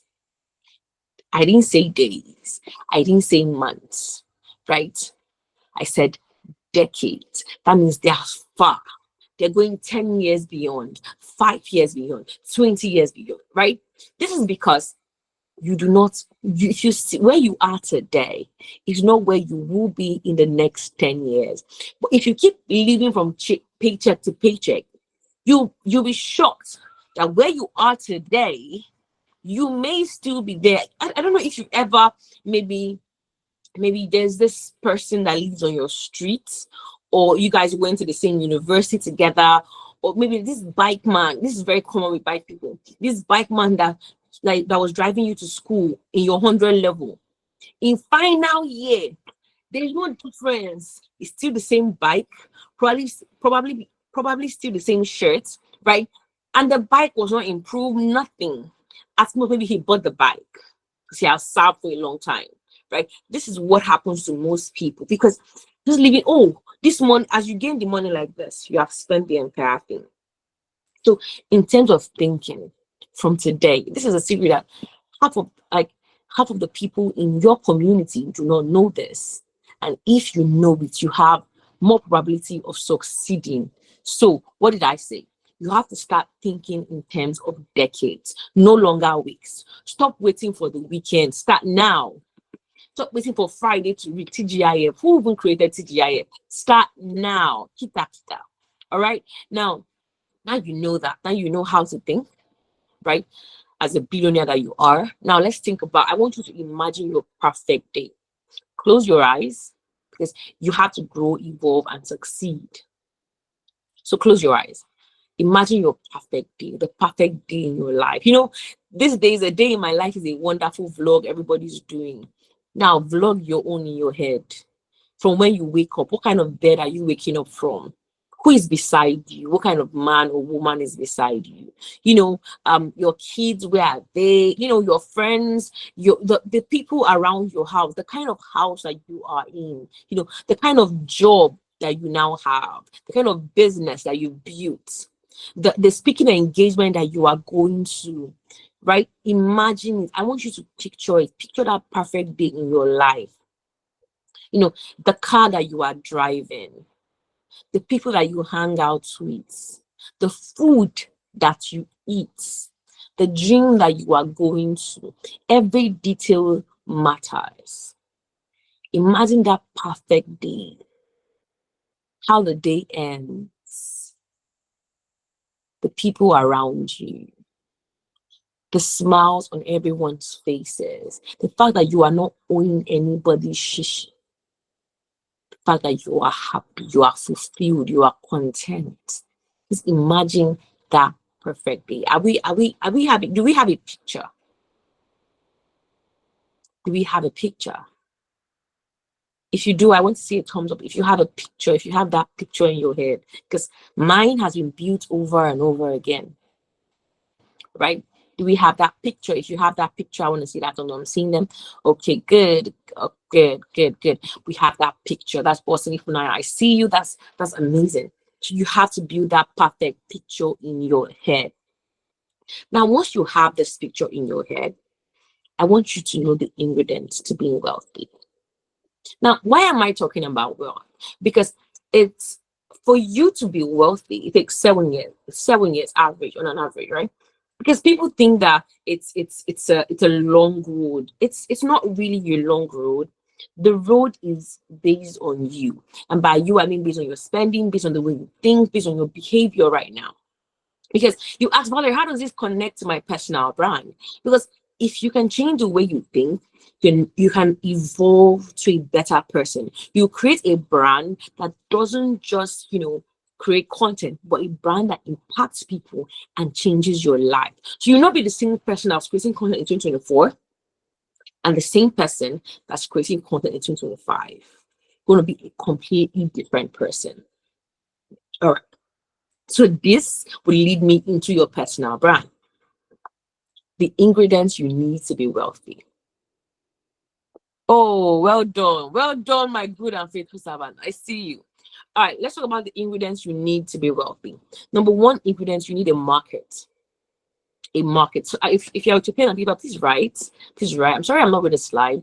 Okay, so Number one ingredient to be wealthy is you need a market. By market, I mean an audience that is hungry for what you want to give, that's hungry for the solutions you have to offer, right? So that's the first ingredient for wealth. You need a market. This market can be your audience. So remember, I don't know, in my content, I talk about it a lot. So there are three major niches that you can go into their sub niches. We have the niche of wealth, we have health, and we have relationships. These three, you can never go wrong with any of them. Now they have sub niches which you can find. Right now there's tech. Let's put tech. So we have tech, we have wealth, we have health, and we have relationships. These four niches. They're ever in season, right? Find their breakdown. So they all have a market. So choose one that you love. Okay, now you have your market.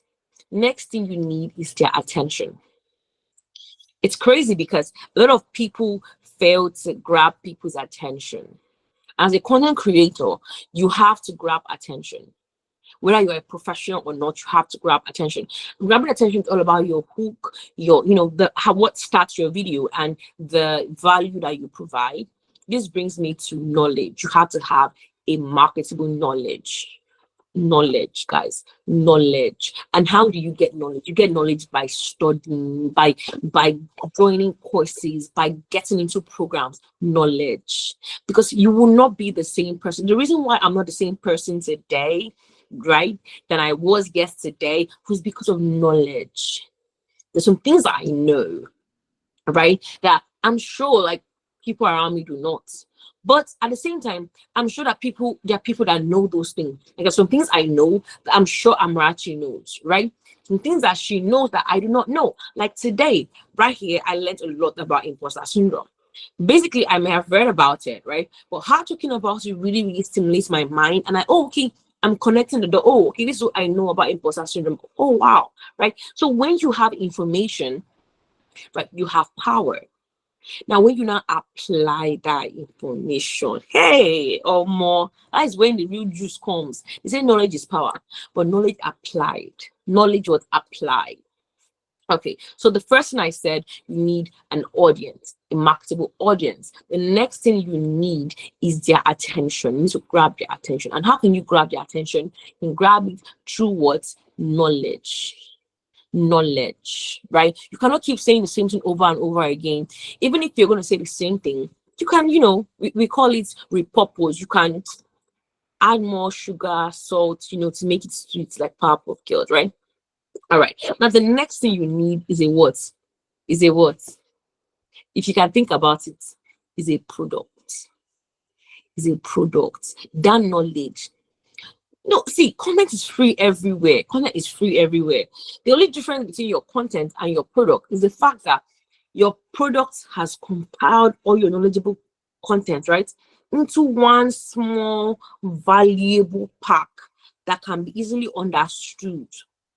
See, we all make content course creation like one big thing. And I was once there, right? But if you really understand that, if you have knowledge that is marketable, right, and you have been using that knowledge to create content, you bring everything together into one marketable product and you sell. Wait, what is different? As in, you and your money is not far. You and your money is not far. Now let's tell you how you can make that money come closer to you. Come closer. How is that? A repeatable system. Now, my biggest joy and sadness was my repeatable system I made earlier this year. So this year I created an offer after my birthday. It was amazing because this system became so repeatable that I would literally wake up from sleep and I'll see a lot. I'm like, I'm so excited. Because I used Paystack. And I created like a landing page. So all people need to do was go to my LinkedIn, click on the link in bio, go to my landing page, buy the course, pay through Paystack, and money is in my bank account. Like I don't even know when they are going and when they are coming, right? This is what you need as a creator. You need a repeatable system, a system that does not involve you. The failure that the baby boomers made was they made their business around them. You know how all this Oga and all these business people, especially the Igbo businessmen, They are the organ of their business. But all their sales boys, 7 sales boy, but they are still inside that place, inside that shop. 7 sales boy, but you are still in that shop. What are you doing there? Build one person, train that person, let that person be there. Go and start another business. Go and focus on other things. Go and focus on how you can learn more things to improve your business. Focus on those little things that you cannot do. I know what Amarachukwu said. Amarachukwu said that the reason why you feel like an imposter is because you feel like there are some things that you don't know, right? But that's why you have 5 people working for you, but yet you are still doing everything. You are still the emperor, the conqueror of your business. 5 people are working for you, but you are still doing everything. So what are they there for? You have to give them the opportunity to grow, and you have to allow yourself the opportunity to grow. Because if you keep focusing on miniature taxes, you will not grow. Like personally, my LinkedIn, I realized that there's some things I need to learn, right? And I allow my VA to grow, my VA to, like, reply comments, to grow, to see how he can work with my existing audience. Sometimes he drops some crazy comment that I do not understand, but I understand because he's learning, he's growing, he's building himself. So allow people that work for you, that work with you, to grow. And stop doing everything. Focus on how you can learn new things. So there's this program I got. It really, really helped me. All right. Now you have to build a repeatable system. You can use a repeatable system like adding this something called Coachelli, Seller, a lot. So stop using Google Doc. Just stop just using only Google Doc, right? To create your courses. There are now platforms that you can pay for, and they will make everything seamless and look very professional.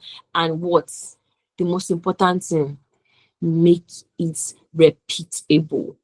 If you can start repeating your money system every month, okay, this program gives me 300,000 naira a month. No matter how small, even if it's giving you 20,000 naira a month, but you are sleeping and that money is entering your bank. If you can start sleeping and making money, you are better than someone that is awake, working Monday to Sunday, right? And earning 1 million naira. Trust me. Because if you can repeat that system of 20K every month, the next maybe 3 months, you can repeat it to make it 300K. You can always scale, and you'll be sleeping and making that money. So Amarachukwu has talked about imposter syndrome, so I'm not going to talk about that. Just understand that you need to repeat a system. All right. Now, next thing is you need time. I know you were like, time, kid, time. You need time. I think Anjiee was saying, was it Anjiee? Someone was saying that, you need time to grow. Like God was giving her time to grow. God was like, oh, my baby, you need to grow. Like, you need time. You cannot. There's this thing that my one of my friends he used to say that if you blow, you will burst. If you blow, you will burst, right? But if you grow, you stay up. So stop. I want to blow. Okay, if you go viral today, you just post one nonsense, you just post anything, and next thing you see 10 million views, 10 million impressions, next thing you've seen 300,000 followers, or maybe 50,000 followers. Sharp, everybody don't enter your DM like this. What do you offer? What do you do? You enter depression. Imposter syndrome himself is even good. You will just enter depression, sharp. That's why successful people are not surprised when they succeed, because they prepared for the moment. They grew they grew their capacity to succeed. So that's why I said picture that day, because the day will come. That day will come, and to be like deja vu. Deja vu means that I've seen this day before. That day will come, and you'll be like, oh, I'm prepared. So that day I told you to picture, I want you to imagine everything. Then now go back to where you are, the present day, and start working towards it. Start working towards that perfect day in your life, the person you want to be with, because your life is not complete if you've not completed each phase of your life, right? And finally, is effort. Time and effort are the last ingredients. Time and effort. See, you have to work. You have to what? You have to work. Put in the work you need to succeed. Work 10 times better than every other person around you. you have to work. So let me just run through the 7 of them again. Number 1 is what? If you can follow me, fine. If you can't, no problem. Number 1, you need an audience. You need an audience. And number 2, you need their attention. And how do you grab their attention? Through what? Knowledge, marketable knowledge. Number 4, you can turn that marketable knowledge into a product that you can sell, that people want to buy, right? Number 5, that product, you need it to become a reputable system. You need to be selling it automatically so that you can be making money on autopilot while you sleep. You are building wealth, right? Number 6, you need time. Said the Bible says, as long as I live, right, seed time and harvest will not fail. This is not just something for Christians. This is a principle. It is a law. It is not a hypothesis. It's not something that we are still testing or experimenting whether it will work. As long as God lives, as long as there is God, seed time and harvest will not fail. So plant your seed. And what is that seed? Your product, your consistency, the effort, right? And time. Give it time. And guess what? Just a few years from now, don't think in terms of days, because in a few days you might not see results. In a few weeks, in a few months, in a few years, right? You might not see results. But just give yourself time and put in that effort, and you'll succeed. Okay. All right. Okay. Before I finish, I want to talk about one last thing. This is very important, because if you want to create content, call it gaps, right? Gaps, right? GAPS. Your content should have gaps. And what is gaps? G means you have to have growth content, right? Growth means any content that goes viral easily. Congratulations post, I just achieved this. I just got a job here. It's my birthday, celebrate with me. Growth content, right? Please, if you are not seeing any form of blah blah blah on your post, please you post at least one growth content, maybe a week, right? Or in 2 weeks, whatever, depending on your amount of achievement, right? Number 2, A, is what? Authority-based content. This is content focused on your niche, focused on your level of knowledge that you have. That knowledge that nobody has, that's authority-based content. Now, P, personal story. Post about your personal story. Stop posting just about 10 facts about this, 10 ways to do this. This is how I achieved this. Talk about your personal story. Add that emotion. Add why maybe your family do not believe in you, but you work towards this. This is how I look before I started creating content. This is how I look now. Personal story, right? 5 things I learned about this. Don't just list it. Talk about the journey towards learning that, right? Now, the last one is now S. S is where many business salespeople do, but don't do it a lot. Once in 2 weeks is fine. It's called social proof. Social proof. How many clients I got here? There's that. How much money I made here. Blah blah blah. Social proof. So, as a content creator, as a professional, you have to ensure that you have the right mindset. Have a growth mindset. It cannot be overemphasized. Ensure that you believe in yourself. Some days will come whereby you might not want to post. It's okay, don't post, right? But I have this strict thing I do. Let it not pass 2 days. It should not pass 2 days. Like day 1, you say you're tired, you don't want to do again. No problem. Day 2, you say you're tired. No problem, you forgive. But you see day 3, don't try. If you try it, so let it not pass 2 days. So how I do it to make me happy on LinkedIn is I post Monday to Friday, Saturday and Sunday I will go and rest. Right? You must not post every day.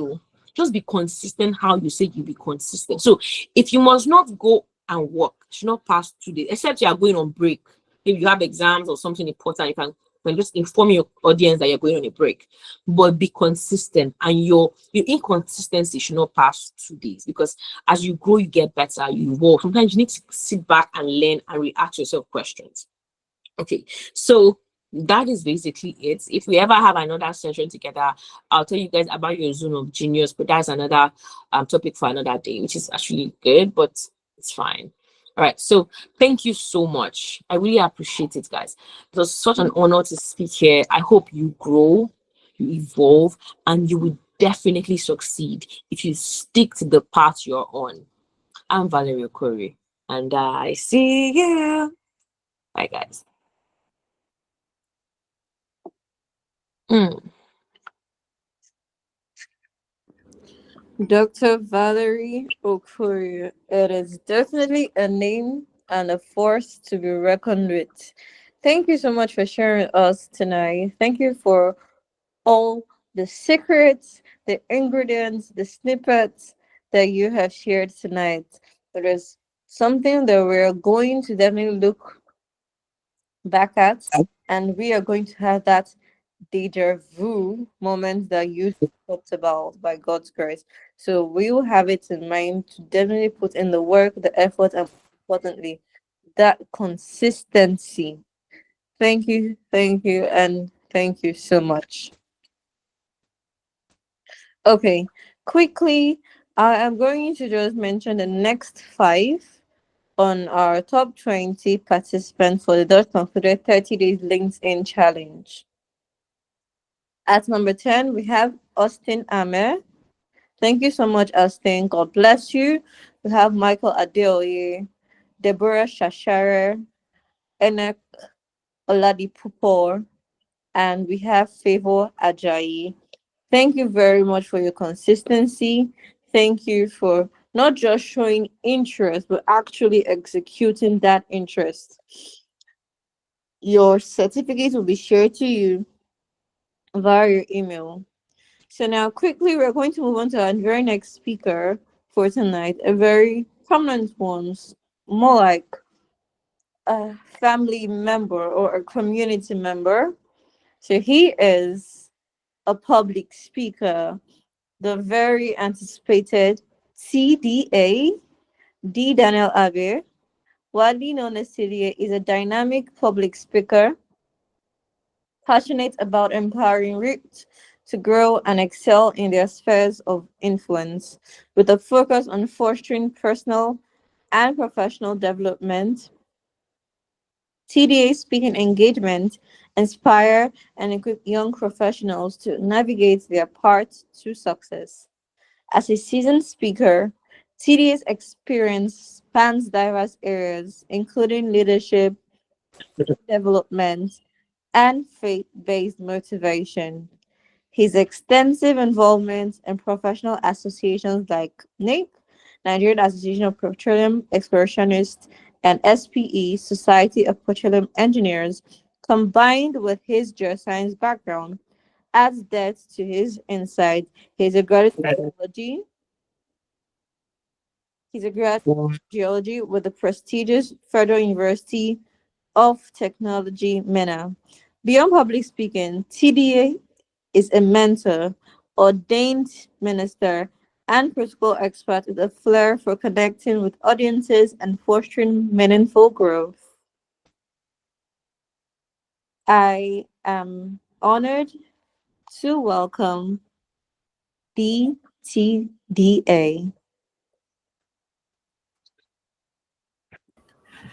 Hello, everyone. Good evening, good morning, good afternoon, depending on when you are hearing this. I'm sure we should be having people by now from other time zones joining us. And I think that's a prophecy for Angela. Your next meeting, you're going to be having people from different time zones joining us. I really want to appreciate Angela, the global Anjiee, for giving me this platform to speak with great minds. Come on, you guys are the MVPs of tonight, because you should be somewhere else, but you taking out time to be here since 7 p.m. to listen. That you should be celebrated. You should be gifted for that. I really want to appreciate the team, the leadership, and every one of you. So very quickly, and also want to appreciate our past guests, past speakers. I joined in when Amarachukwu was speaking. Amara, you speak so well. Thank you very much. Thank you for those valuable insights. And Dr. Vivian, thank you very much for that. So very quickly, let's go into the business of the day. I'm going to be sharing my screen. I'm sorry I can't turn on my screen. I think was it Amara that said it. Nigerians, where we are today in Nigeria. I think that's okay. Yeah. Okay, so before I start, I love to connect with my audience. So if your hands are not too busy, kindly kindly type where you are joining from, the city, so I know where you are joining from, your name and the city. I mean, Dr. Valerie, not Dr. Vivian. I'm sorry for that. So kindly drop where you are joining from and the city, or the city you're joining from, and what you expect from this session. So let's do that very fast. If your hands are not too busy.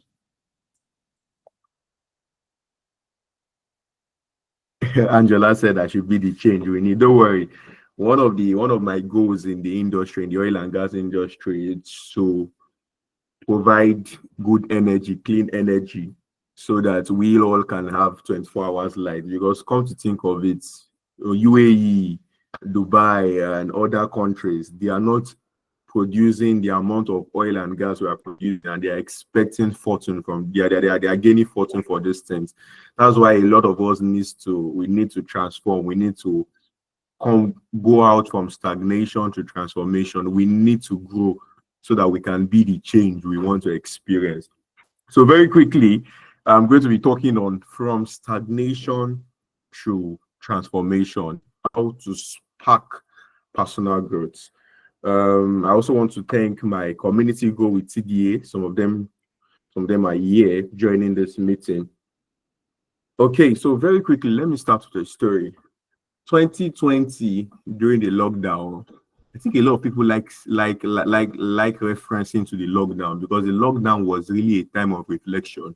The lockdown was really a time of transformation. It was like a retreat for me in every sector, physically, spiritually, professionally, in every areas of my life. 2020 was a lockdown. I think there was a reason why God said everybody should be locked down. And those months was really a time I transformed, was really a time I changed. So I noticed I wasn't really growing.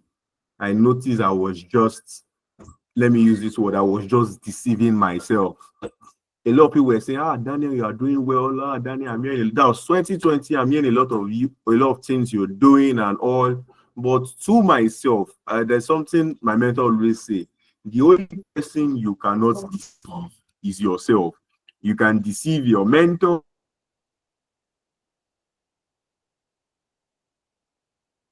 you can deceive your only person you can't deceive is yourself. So I noticed that I wasn't growing, and this guy is doing well, this guy is growing because of what I post on social media. But I noticed, Daniel, you are not growing. What is happening? You need to grow.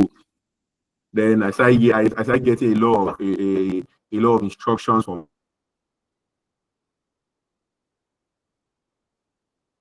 God, faith oriented. So I'm going to be sharing a lot of things based on my faith, and that has really helped. That has brought me to where I am today. I'm sorry, I'm not. I should not be sorry for this, but I'm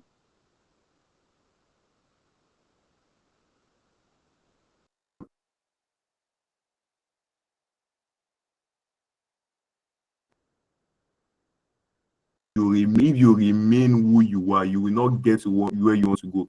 So I noticed a lot of people I really want were not who they wanted to relate. I don't know if you understand. A lot of people I really wanted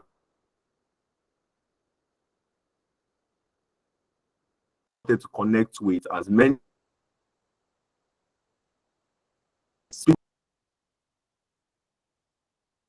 Stagnation to transformation, how to your personal growth.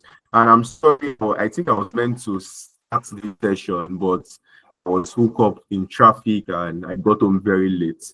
I'm very sorry for that. Okay, so my outline, I think I want to see my screen, right? Can you see my screen?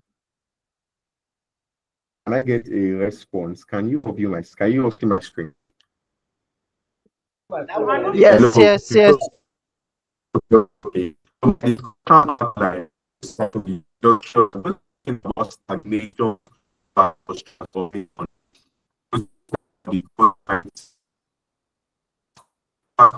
growth, and two, two things. This is going to be a very short. Okay. So now, stagnation. Stagnation. I said in my story that I noticed, I myself noticed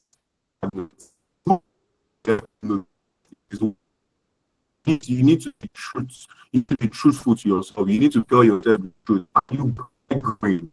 Really growing? You need to be real to yourself. Ask yourself, am I not the very big? Ask yourself,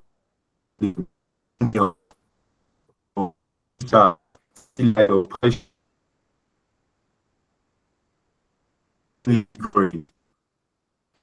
Those questions. Because you need to ask yourself those questions. Your mind that you are ready to move before you move. I don't know if you get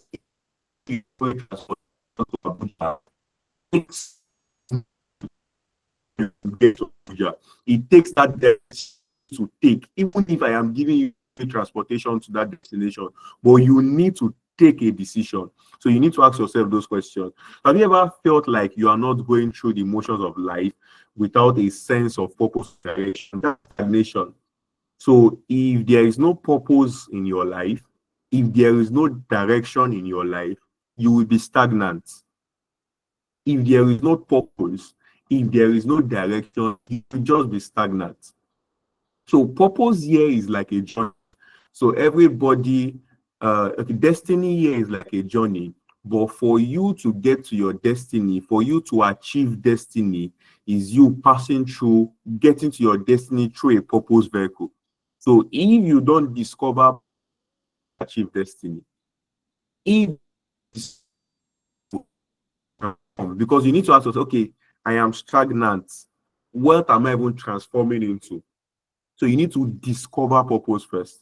So 2020 was a year of me discovering purpose. From 2020 till now, I've experienced a kind of transformation that it takes some people like it takes 5 years or 10 years for some people to experience that kind of transformation. Just because I discovered purpose 2020 and I was working in alignment with those purposes. And I can say at least I have gotten to a certain place in my transformation journey. How do you identify stagnation?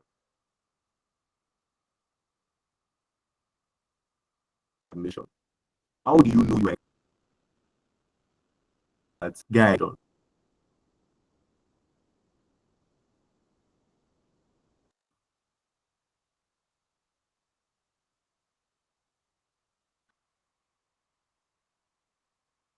You need to do this.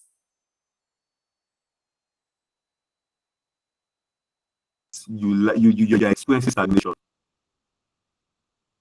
You should be passionate. If you really experience transformation in your growth, experience a quantum leap type of growth, way of identifying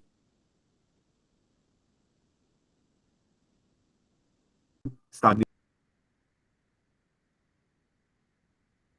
you are experiencing it.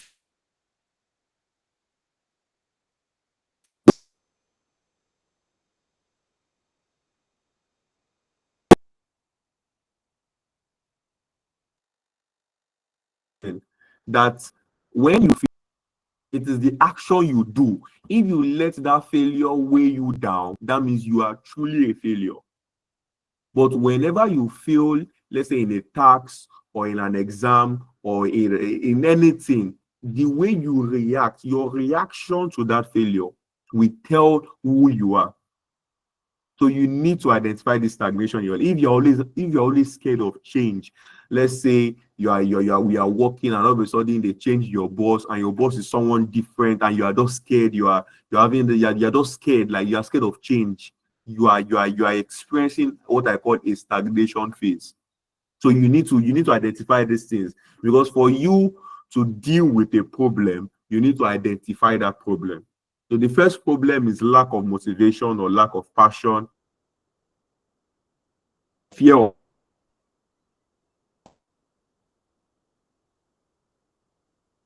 you are always repeating without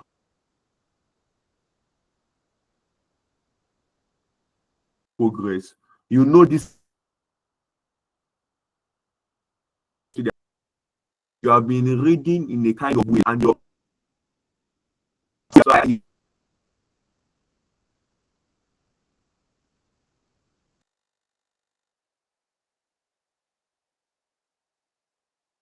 always repeating. You have been motivated to do a lot of things in a different way, but you can't just help it. This is more comfortable with you. This is more okay with you. This is your thing. You have a. I'm still going to get to fix my.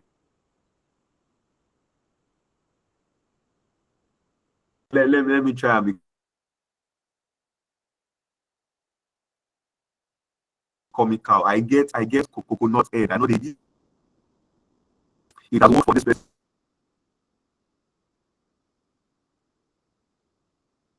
to stop being ignorant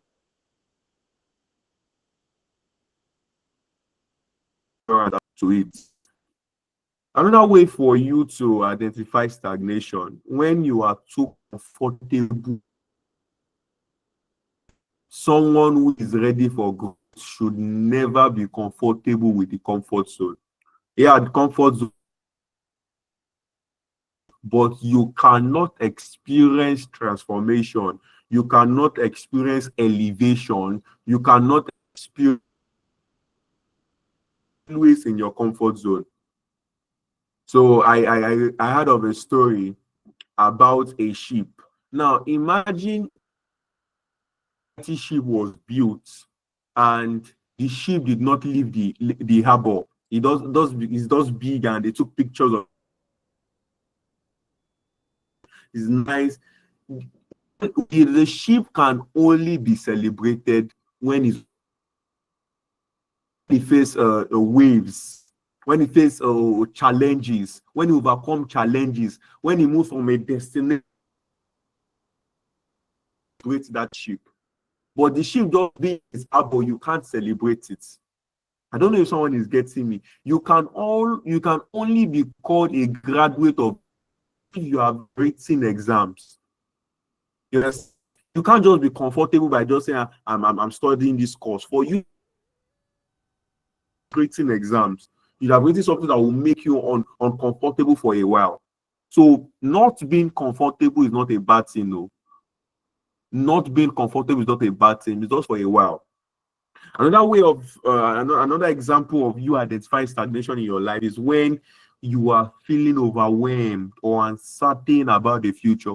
When you don't know your purpose, there's something I always tell my mentees, that there is one thing that is very common in our generation, and that is the fear of the unknown. Like, guy, why are you scared of tomorrow? Why are you scared?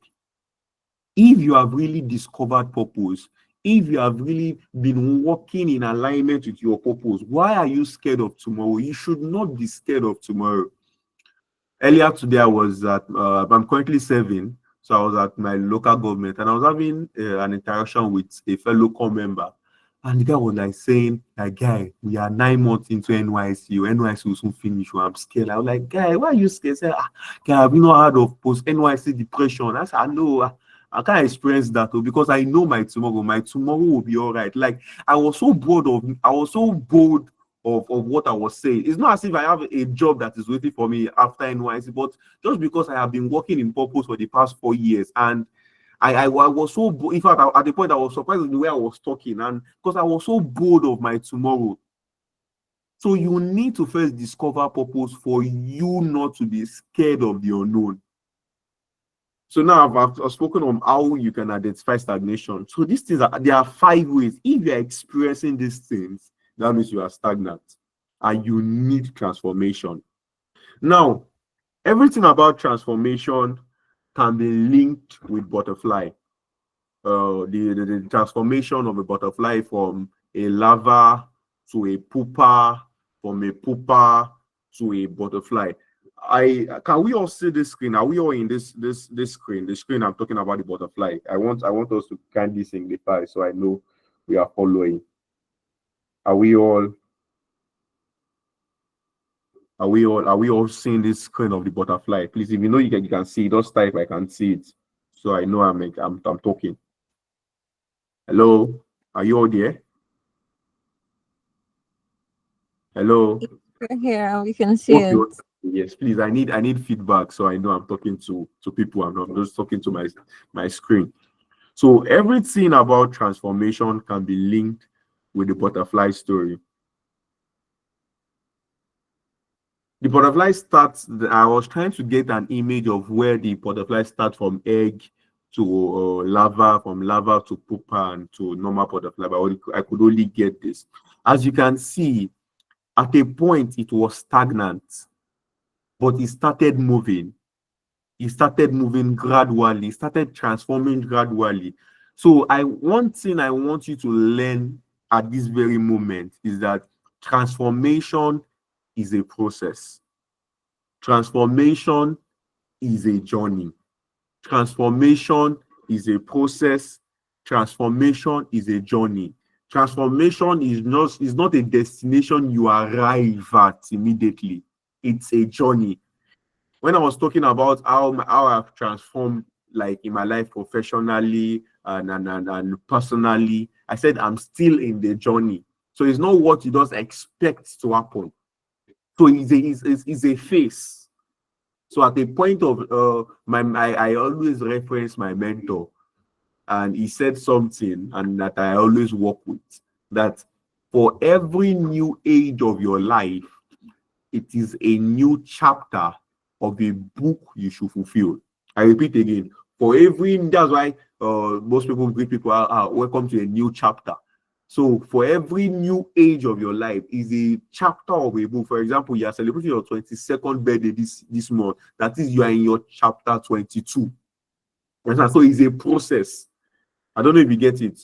The promise God has given to us that at least you should live above 70. So at least your book should be at least over 70 chapters. So at chapter 22, you still have a long way to go. So transformation, growth is a process. What you are seeing your boss doing, or let's say your boss is driving a particular car, or your boss is she has a particular dress, and you are aiming to that. I'm not saying you should not aim big, but try and understand that transformation is a process. Transformation is you getting improved day by day. I hope you understand it. So it's not just about perfection. Now look at this beautiful butterfly. Look at the last stage of the butterfly.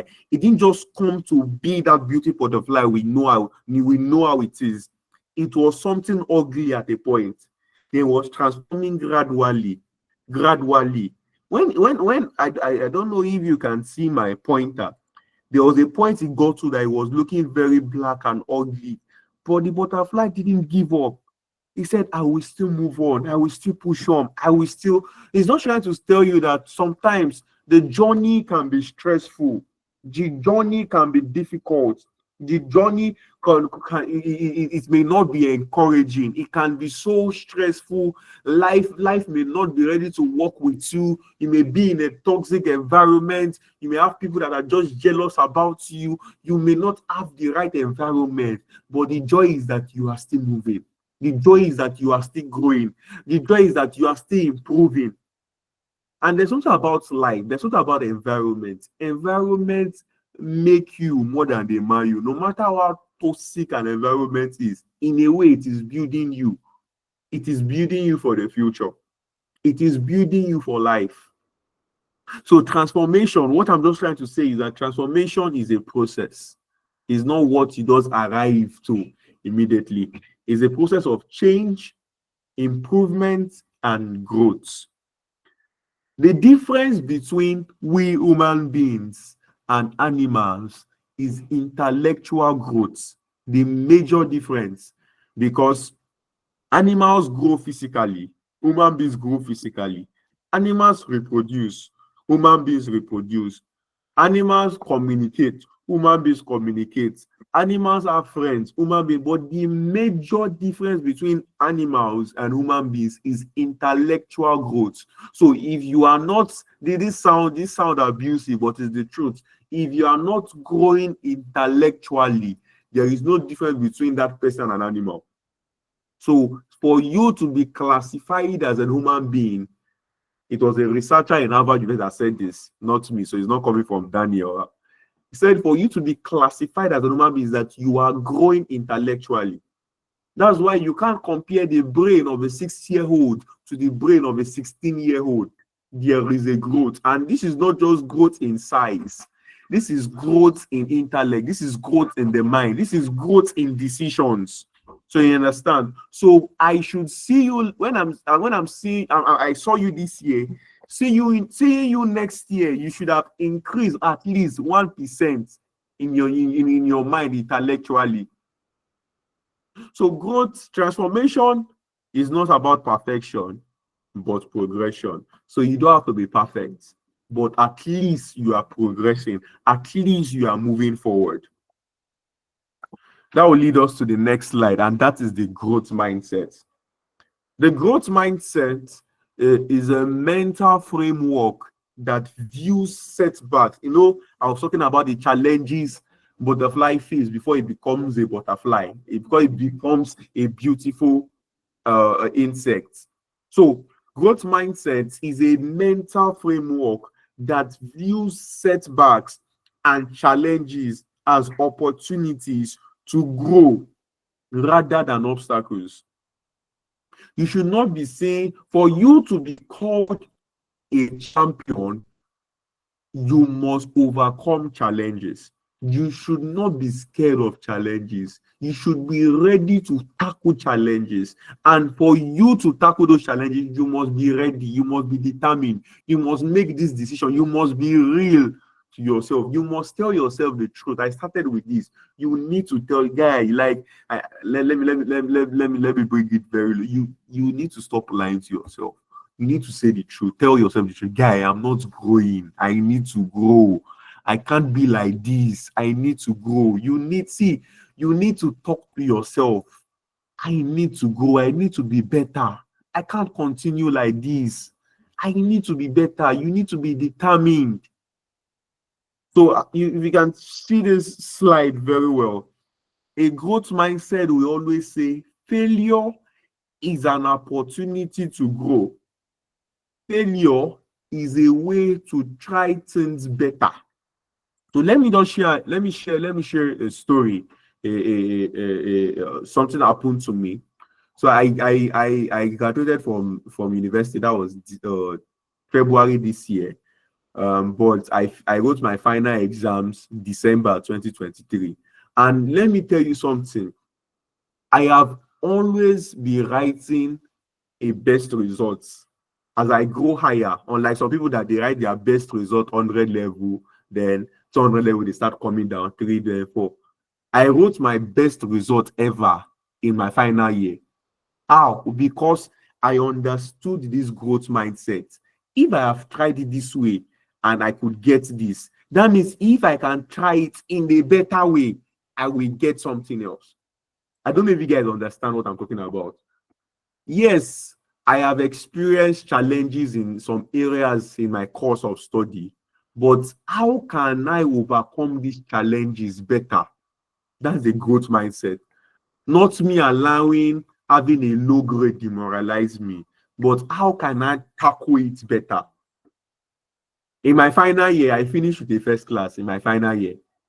To tell you how I've been trying to build myself. And funny how in my 100 level, I started with a bloody tutu. When I say something is a bloody tutu with a 3.1 something.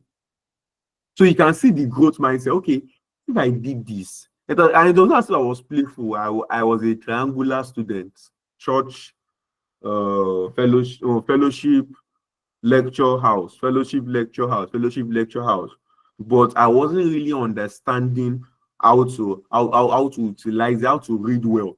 So 100 level, I had a particular result. 200 level, I increased. 300 level, I increased gradually. 400, but 500 level, when I knew that was the last chance. So I just got this now. Always take every challenges as the last chance. So yeah, I just got this. Thank you, Holy Spirit. What made me achieve that good result at my final year was because I took it as a last chance. That guy, this is the last chance for you to make a good result, because you need to have a good result to be valuable in your industry. I'm in the oil and gas industry, and there is so much competition there. Every company wants the best. So I took my 500 level as the last time. I remember when there was a time I was reading, and my neighbor had to come to my room, like, guy, are you normal? Like, you have been, because I most of the time when I read aloud, like, you have been reading abnormally. And once I told her that, ma, this is my last time I'm writing exam, and this is the last time to do this thing. So I read abnormal, like I did it times 10. Like, I don't know how best I can explain this. When someone has been reading well, but in the final year, I read like a madman, like, and I experienced an excellent result. If you can just be ready to do these things and not do the routine things you have been doing that have been making you get average results, change is ready to come. So a growth mindset, if you are learning something, please kindly type I'm learning something, so I know I'm not just talking to my screen. Please, let's do that very fast. If you are learning something, kindly type in the chat box that I am learning something. I am learning something. I am not wasting time.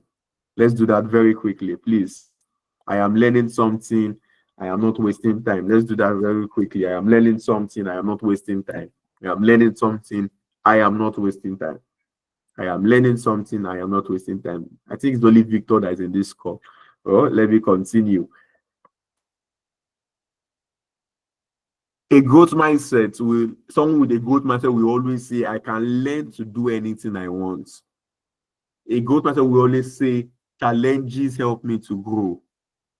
My efforts and my attitude, they determine my abilities.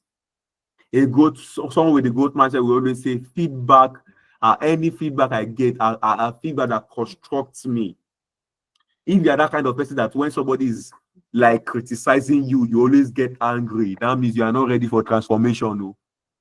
If you really want to transform, allow people to talk to you. Like, I'm not like saying like you should bring yourself low, people talk to anyhow, but don't just like when people talk to you, don't be quick to react. Don't let it weigh you down. I don't know if you understand. Another example of growth mindset. And another statement someone with a growth mindset would say that I am inspired by the success of others. I am not jealous of the success of others. I am inspired by the success of others. One thing that triggered my academic excellence in my final year in school was the success of others. So if you know me very well on LinkedIn, I'm very active on LinkedIn, and I see a lot of people posting, I just graduated with this so GPA, I just graduated with this, I just graduated with that. That alone was motivating me that if this guy can do it. As our African parents will always say, they don't have two heads. I don't have two heads. I can do it. Yes, I didn't start on a good note, but there are more opportunities for me. And I took that last opportunity as if it is the last time I am coming. I'm coming. And yes, obviously that was the last time. You understand? So I was inspired. Their success inspired me to be excellent. I mean, a growth mindset will always say, I like to try new things. Don't just be fixed to your sector.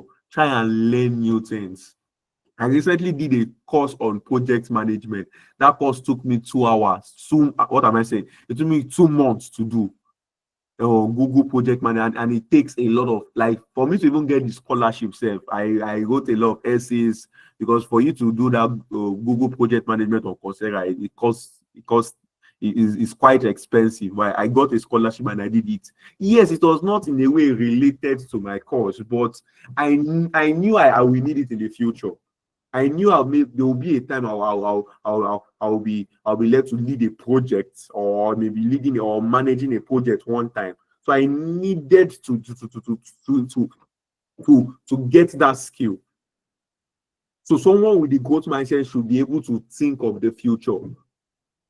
Don't just say, for example, you have an opportunity to learn data science, or you have the opportunity to learn machine learning, and you're a fashion designer. Like, it's not my business, but the opportunity is there. Like, is free of charge. Just learn it.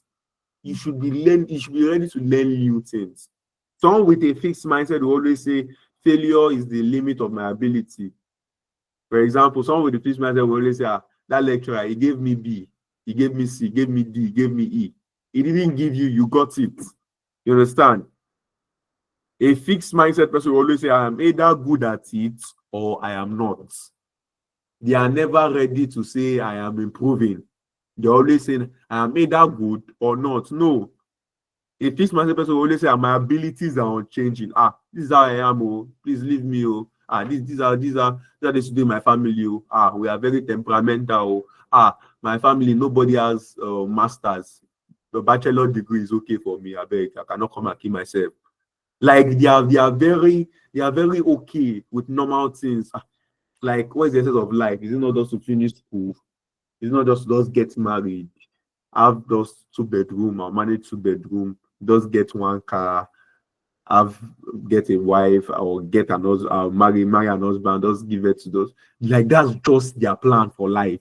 It doesn't want to just exist like that. Like, just something. No, there is a lot you can achieve. There's a lot you can do on it. You were not created just to just come and reproduce, just come to just have a job, just to have a no. You were created to do more than that. That's why you need to discover purpose. You were created to shine light. You were created to be to be a light, to be a salt. You're created to make impact. Let me hear your name and let me hear impact. Let me hear your name and let me see what you have done. You don't just exist. You live with impact. You live for impact. A fixed mindset will always say, when I'm frustrated, I give up. Me, I don't like stress. I cannot come and kill myself. You're always the people, I cannot come and kill myself community. No. Guys, I want you guys to grow. I really want you to grow. Please. I pray God will help us in the name of Jesus. As you can see this picture, a fixed mindset. Okay, a fixed mindset is like, you can see the brain is locked. I bet this one I've learned is okay. I don't want to learn any new thing again. But you can see a growth mindset is opened for ideas. Look at the second one too. Is locked. And the plant cannot grow because there is no light. There is no light. It's not ready to learn. But if you can open up and light come in, spiritual light and physical light, you will grow by force. Now, how do I cultivate a growth mindset? How do I cultivate a growth mindset? You need to challenge fixed thoughts. You need to start replacing I can't with I am learning to. You need to start. So let me share something. How I made my first 50,000 as a student. That was in 200 level. So someone reached out to me. Apart from being a student, I was a graphic designer in school. And someone reached out to me that, Daniel, do you know how to design a pitch deck? Guys, I didn't know what a pitch deck means. Immediately I saw that message on WhatsApp. I just went to Google. Oh yeah, what is a pitch deck? And I said, is a PowerPoint kind of design now. It's like the presentation of a business proposal. I said, I can do this thing now. Immediately I told the man, sir, I can do it.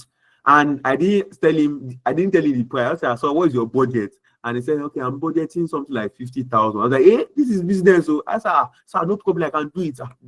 In fact, I'm doing a promo now, so we can do it for 50. Guys, I didn't know how to do a pitch deck. If it was someone with a fixed mindset, I don't know pitch deck. I beg, I don't want to go and do. But I just went on Google and I said, it's what I can do now. So someone with a growth mindset that is ready to grow, not only physically, not only not only intellectually, but also financially. Guys, you also need to grow financially. Like you need food, you need cash, you need money. You get to a time in life that nobody will mind you, nobody will send you money again. Because at that very point, you say, you are matured now, you should be fending for yourself. You understand? So you need to start saying, you need to stop saying I can't. I need to start saying I am learning to. I made an example here. Instead of saying I am bad at communicating, Instead of saying, I am bad at communicating, say, I am working on improving my communication skills. I repeat again, instead of saying, I am bad at communicating, say, I am ready to improve on my communication skills. How to cultivate growth mindset? You need to embrace failure as a feedback. I think I said that earlier. You need to view mistakes as valuable lessons, not as measure of your worth. Come on, I can't judge you because you failed something. I can't judge you because you failed a tax. It's just in a matter of time you'll be better. And you need to ask questions. You need to be curious. I always tell my mentees, no question is stupid unless you yourself call it a stupid question. You need to ask questions. You need to ask. Because the essence of you asking questions is because the people you think that can answer those questions, they've experienced something like that before and they can guide you. So please be open to ask questions, explore new ideas, and seek feedback to improve. So I'm going to be sharing steps for you to spark your personal growth. Number one, self-reflection. Assess where you are. Where are you now? Because you can't tell me you are going somewhere without knowing where you are. You understand? For example, you are going to Accra, Ghana, and you are at Lagos. For you to get to Accra, Ghana, you need to know that you are in Lagos. Because there are numerous ways to get to Accra, Ghana. You understand? But if you know that you are in Lagos, at least it has helped 10% of your problem. Okay, you know, okay, from Lagos, I can get a plane to Accra. Okay, from Lagos, I can get a bus to Accra. But if you don't even know you are in Lagos, you can't get to that place. So you need to know where you are and where you want to be. You need to know your current position and your destination. You need to set clear goals. Make sure your goals are not just wish lists. Make sure your goals are not just wish lists. Make sure your goals are not just because Angela is doing program, me too, I will do webinar. Because Clarissa is doing something like this, me too, I will do. Make sure your goals are specific. Make sure your goals are measurable. I'm sharing the formula of SMART. Make sure your goals are attainable. Check yourself. It is what you can achieve. Make sure your goals are relevant. What is the relevance to this goal? For example, when you're in your downtime, what will encourage, what will motivate you to fulfill this goal? In 2022, I set a goal that before the end of this year, I want to, now I'm sharing the goal in a smart method way. I said, before the end of this year, I want to increase my followers from 1,500 to 5,000, no, 2023, from 1,500 to 5,000 people. How will I do it? That's still the goal, though. I'm going to be posting at least 2 contents every concerning growth. Now, that goal is measurable. That goal is specific. That goal is attainable. That goal is relevant and is time bound. You can see the time. I said before the end of 2020. So I didn't just say that this year I'm increasing my followers on LinkedIn. That is a wish list. That's not a goal. And that's what most people have been doing. That's why you notice that at the end of the year you finish and you not achieve that goal because you have just written a wish list. You need to start writing goals in the right way. So take action. I think Dr. Valerie was saying something. Start as little as you are. Just start. You don't have to be big. Big things start from little things. I don't know if you understand. So start, take action, start small. If you have been getting a leading to start a community, or you have been getting a leading to start a business, or you really want to start, don't wait for big things. Don't wait for big platforms. Don't wait for platforms to be given to you. Create those platforms yourself. How did I start getting speaking gigs? It was because I started creating platforms. Monthly, I host workshop, speaking workshops. So from there, people were seeing my results, people were seeing what I was doing. They started inviting me to speak. It was not as if I started from the very big stage. I started small. So you understand, take consistent steps towards improvement and always seek feedback, learn from others, improve, and celebrate progress. celebrate progress. As little as any win I have that is in my professional area, I always celebrate it too. I always reward myself. There's something I always do. It's quite funny and it will help you. So for every weekend, I always reward myself with a movie on Netflix. So it's discipline. I don't watch movies every month. In fact, my sister always have problem with me. She will send me a movie that guy, you need to watch it. This movie is interesting. And the next time we'll talk, I shall say, do you watch it? But I only watch movies on Saturday if I had fulfilled the goals for that week. If I have not fulfilled that goal, I have so much discipline myself. So I now make movies like a reward. So I look towards Daniel, you must watch this movie on Saturday. So we need to achieve this thing. Sometimes I treat myself as a two-in-one person where me and myself. It is well. Don't let me divert into that. So recognize achievements along the way, celebrate small wins. You understand? Tools for personal growth have taken a lot of time. Books, read books. Guys, read books. One of the goals for this year is to read 36 books. And I'm in my 22nd book. I'll soon be done by God's grace. Well, December is almost done, but at least I tried my possible best. Even though I did not achieve everything because of work and all that, but at least 22 over 36 is something. You understand? Listening to podcasts is not just about watching movies or watching Netflix and chill. Listening to podcasts. There is no week I don't listen to Vusi Tembekwayo. There is no week I don't listen to what is this woman name? Hey, this woman does escape. This motivational speaker. I think I'll remember her name before we finish. There is no week. Like my algorithm on social media, I've not set it that I can't pass through 10 minutes in my Instagram without seeing a video. Hey, I don't know if someone can remind me her name. She's a popular motivational speaker in Nigeria. She's always motivating women. What is this name? Can someone help me out? Yes, Reverend Funke Adejumo. Yes. So there is no week I don't listen to her. There is no week I don't listen to Pastor Daniel Olawande. You are calling people your role models. You are calling people your mentors, and you are not listening to them. You need to hear them.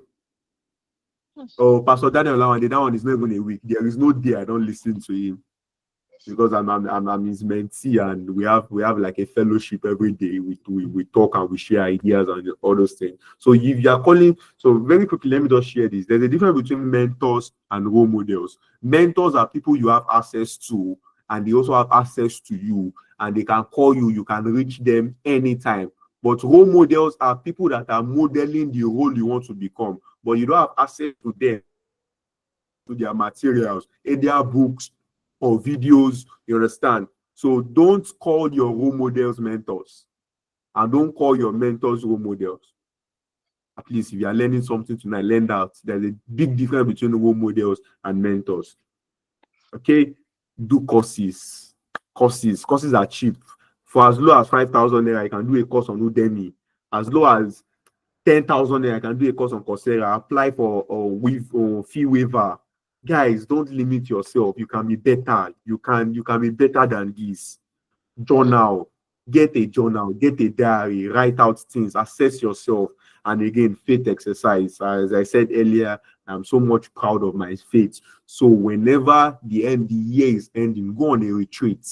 Go on a retreat to get instructions for the new year. Go on a faith exercise. Go on a retreat where you get instructions, where you pray for the new year, where you get ideas, and you're not just going there to just pray. You're going there with your journal, because prayer, they said, is a communication between you and God. So when you are communicating between you and somebody, you need to write. You need to write instructions. So you are not just going to pray alone. You are going to get information for the new year. So I want everybody, at least before this year runs to an end, do a retreat. If you don't have to go, if you are not a Christian in your faith, do a retreat. Think about the new year. Don't just enter 2025 like another year is here, or let's just enter. I saw a meme on Twitter. Someone said 2025 is starting with WTF. That year is going to be very bad.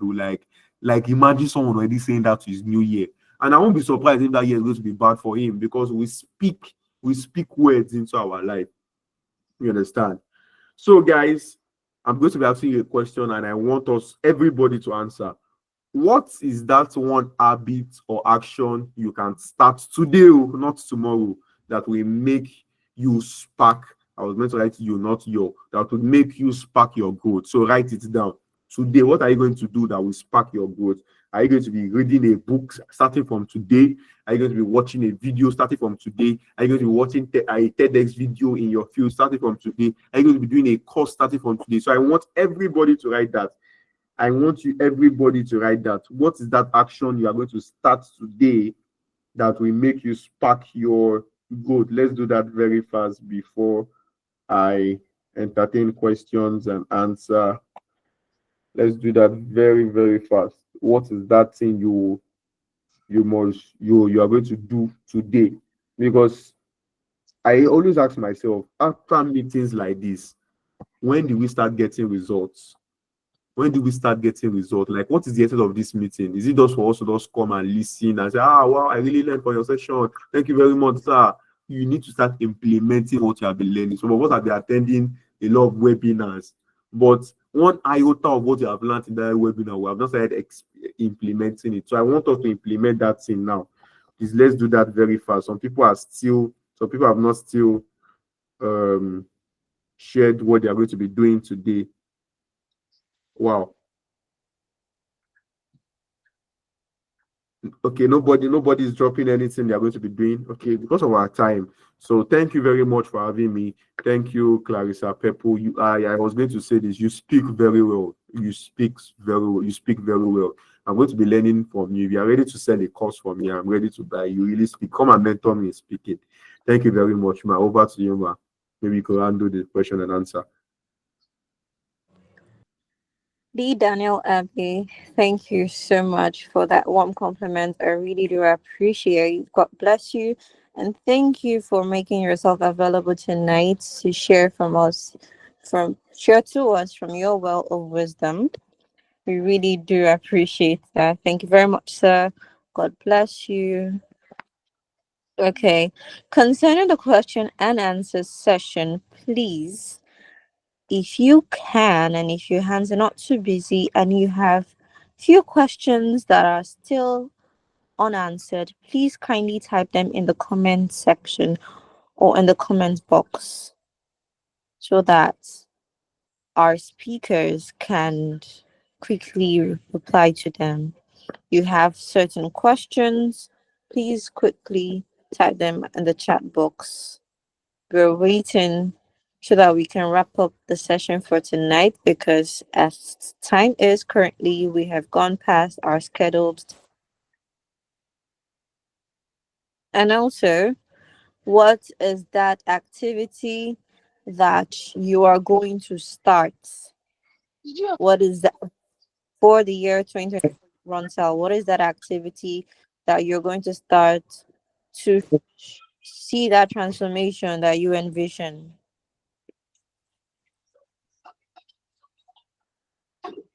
All right, we're waiting. Please keep it coming. Thank you very much. Right. And I want to make a very sincere and brief apology that we won't be having our final speaker tonight in person of David Icha because he has to join another meeting.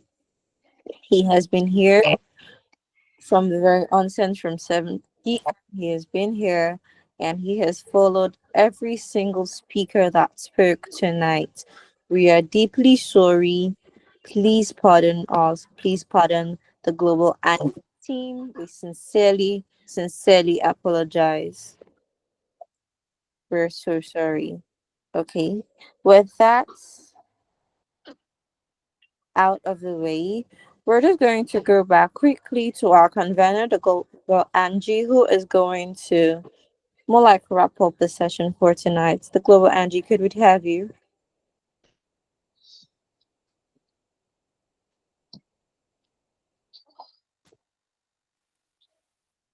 Oh, hi everybody. Good evening again. Still basking in the euphoria of the whole learning process and all of those things. And I feel so bad, really, that we can't have Mr. David because, oh my God, he's like. Well then, I'm really grateful for this opportunity. I'm really grateful for all of you for all of you who showed up. I'm really grateful to have you here. I'm really grateful to the speakers, Dr. Valerie, Amarachukwu, TDA. Oh my goodness, I'm extra grateful to David Icha. And I have someone special on this call as well. And I want to say thank you, Mr. Peter, for showing up. We really appreciate it. And we thank you for all you do for us. We're so grateful. That's someone that has been really, really, really supportive of my journey, and I'm extra, extra, extra grateful. So I want to thank you all again for showing up tonight, and I'm just going to wrap up with this. What is your pain? Find purpose in your pain. Don't beat yourself up for whatever it is you're feeling now. Be that change you want to be. Be the solution you want to see. So grow, evolve, change, and be the change. I'm sorry. Grow, evolve, succeed. Be the change you want to see. Let's do very well to have a great night's rest. Bye bye. Till we meet next time. Bye.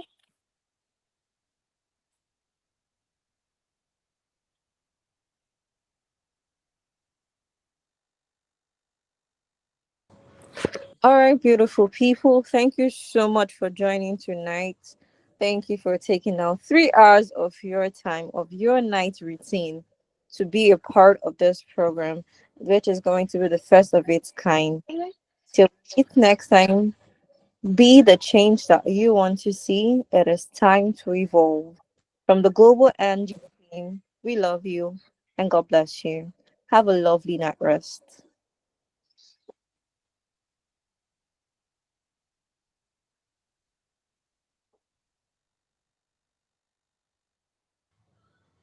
Pardon me, before I forget, how could I skip the most important part of the night?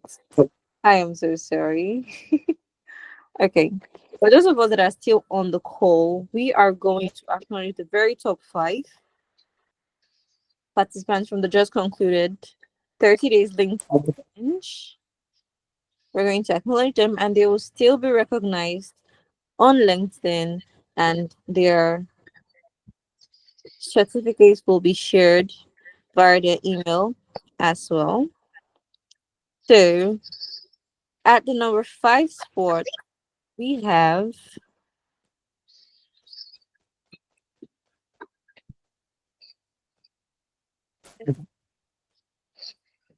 I'm sorry, please pardon me. At the number five spot, we have Christine Menone. Miss Christine Menone, thank you so much for being consistent. At number four, we have Karen Edugele. At number three, we have Rachel Ibileke. At number two, we have Ifeoluwa Anifowoshe. And our number one most committed and most consistent participant for the 30 days LinkedIn challenge organized by TDA and the Global Anjiee, we have in drum rolls. Just imagine a drum rolling in your head. We have Covenant Harry. Thank you so much, Covenant Harry. Thank you for being consistent. There's basically any time, or there is basically no time that I do not turn on my LinkedIn and I do not see a post pop up from you. Thank you so much for your consistency. Thank you for all the efforts that you put in. That is just to let you know that you are seen, you are valued, and your efforts are very much appreciated. God bless you immensely. Thank you so much. Okay. So now I'm just going to go through quickly to some of the prizes that are going to offer to our top three, not to everyone. Okay, so the prizes for the third place, we have certificate of recommendation, we have a community shout out, access to a helpful resource, and CV mapping. For the second person, we have a CV audit, certificate of recognition, community shout out, career growth checklist, access to a valuable tool or ebook, and to our first and most committed participants, We have a CV revamp, LinkedIn recommendation, certificate of excellence, community spotlight, one-on-one career consultation, access to next cohorts, access to a free resource bundle. And this is just the very first of its kind from this platform. Thank you so much. Thank you for all that you do. Thank you for the time, effort, energy, data that you all put into this. God bless you and have a lovely night once again. You can unmute your mics and say goodnight to everyone.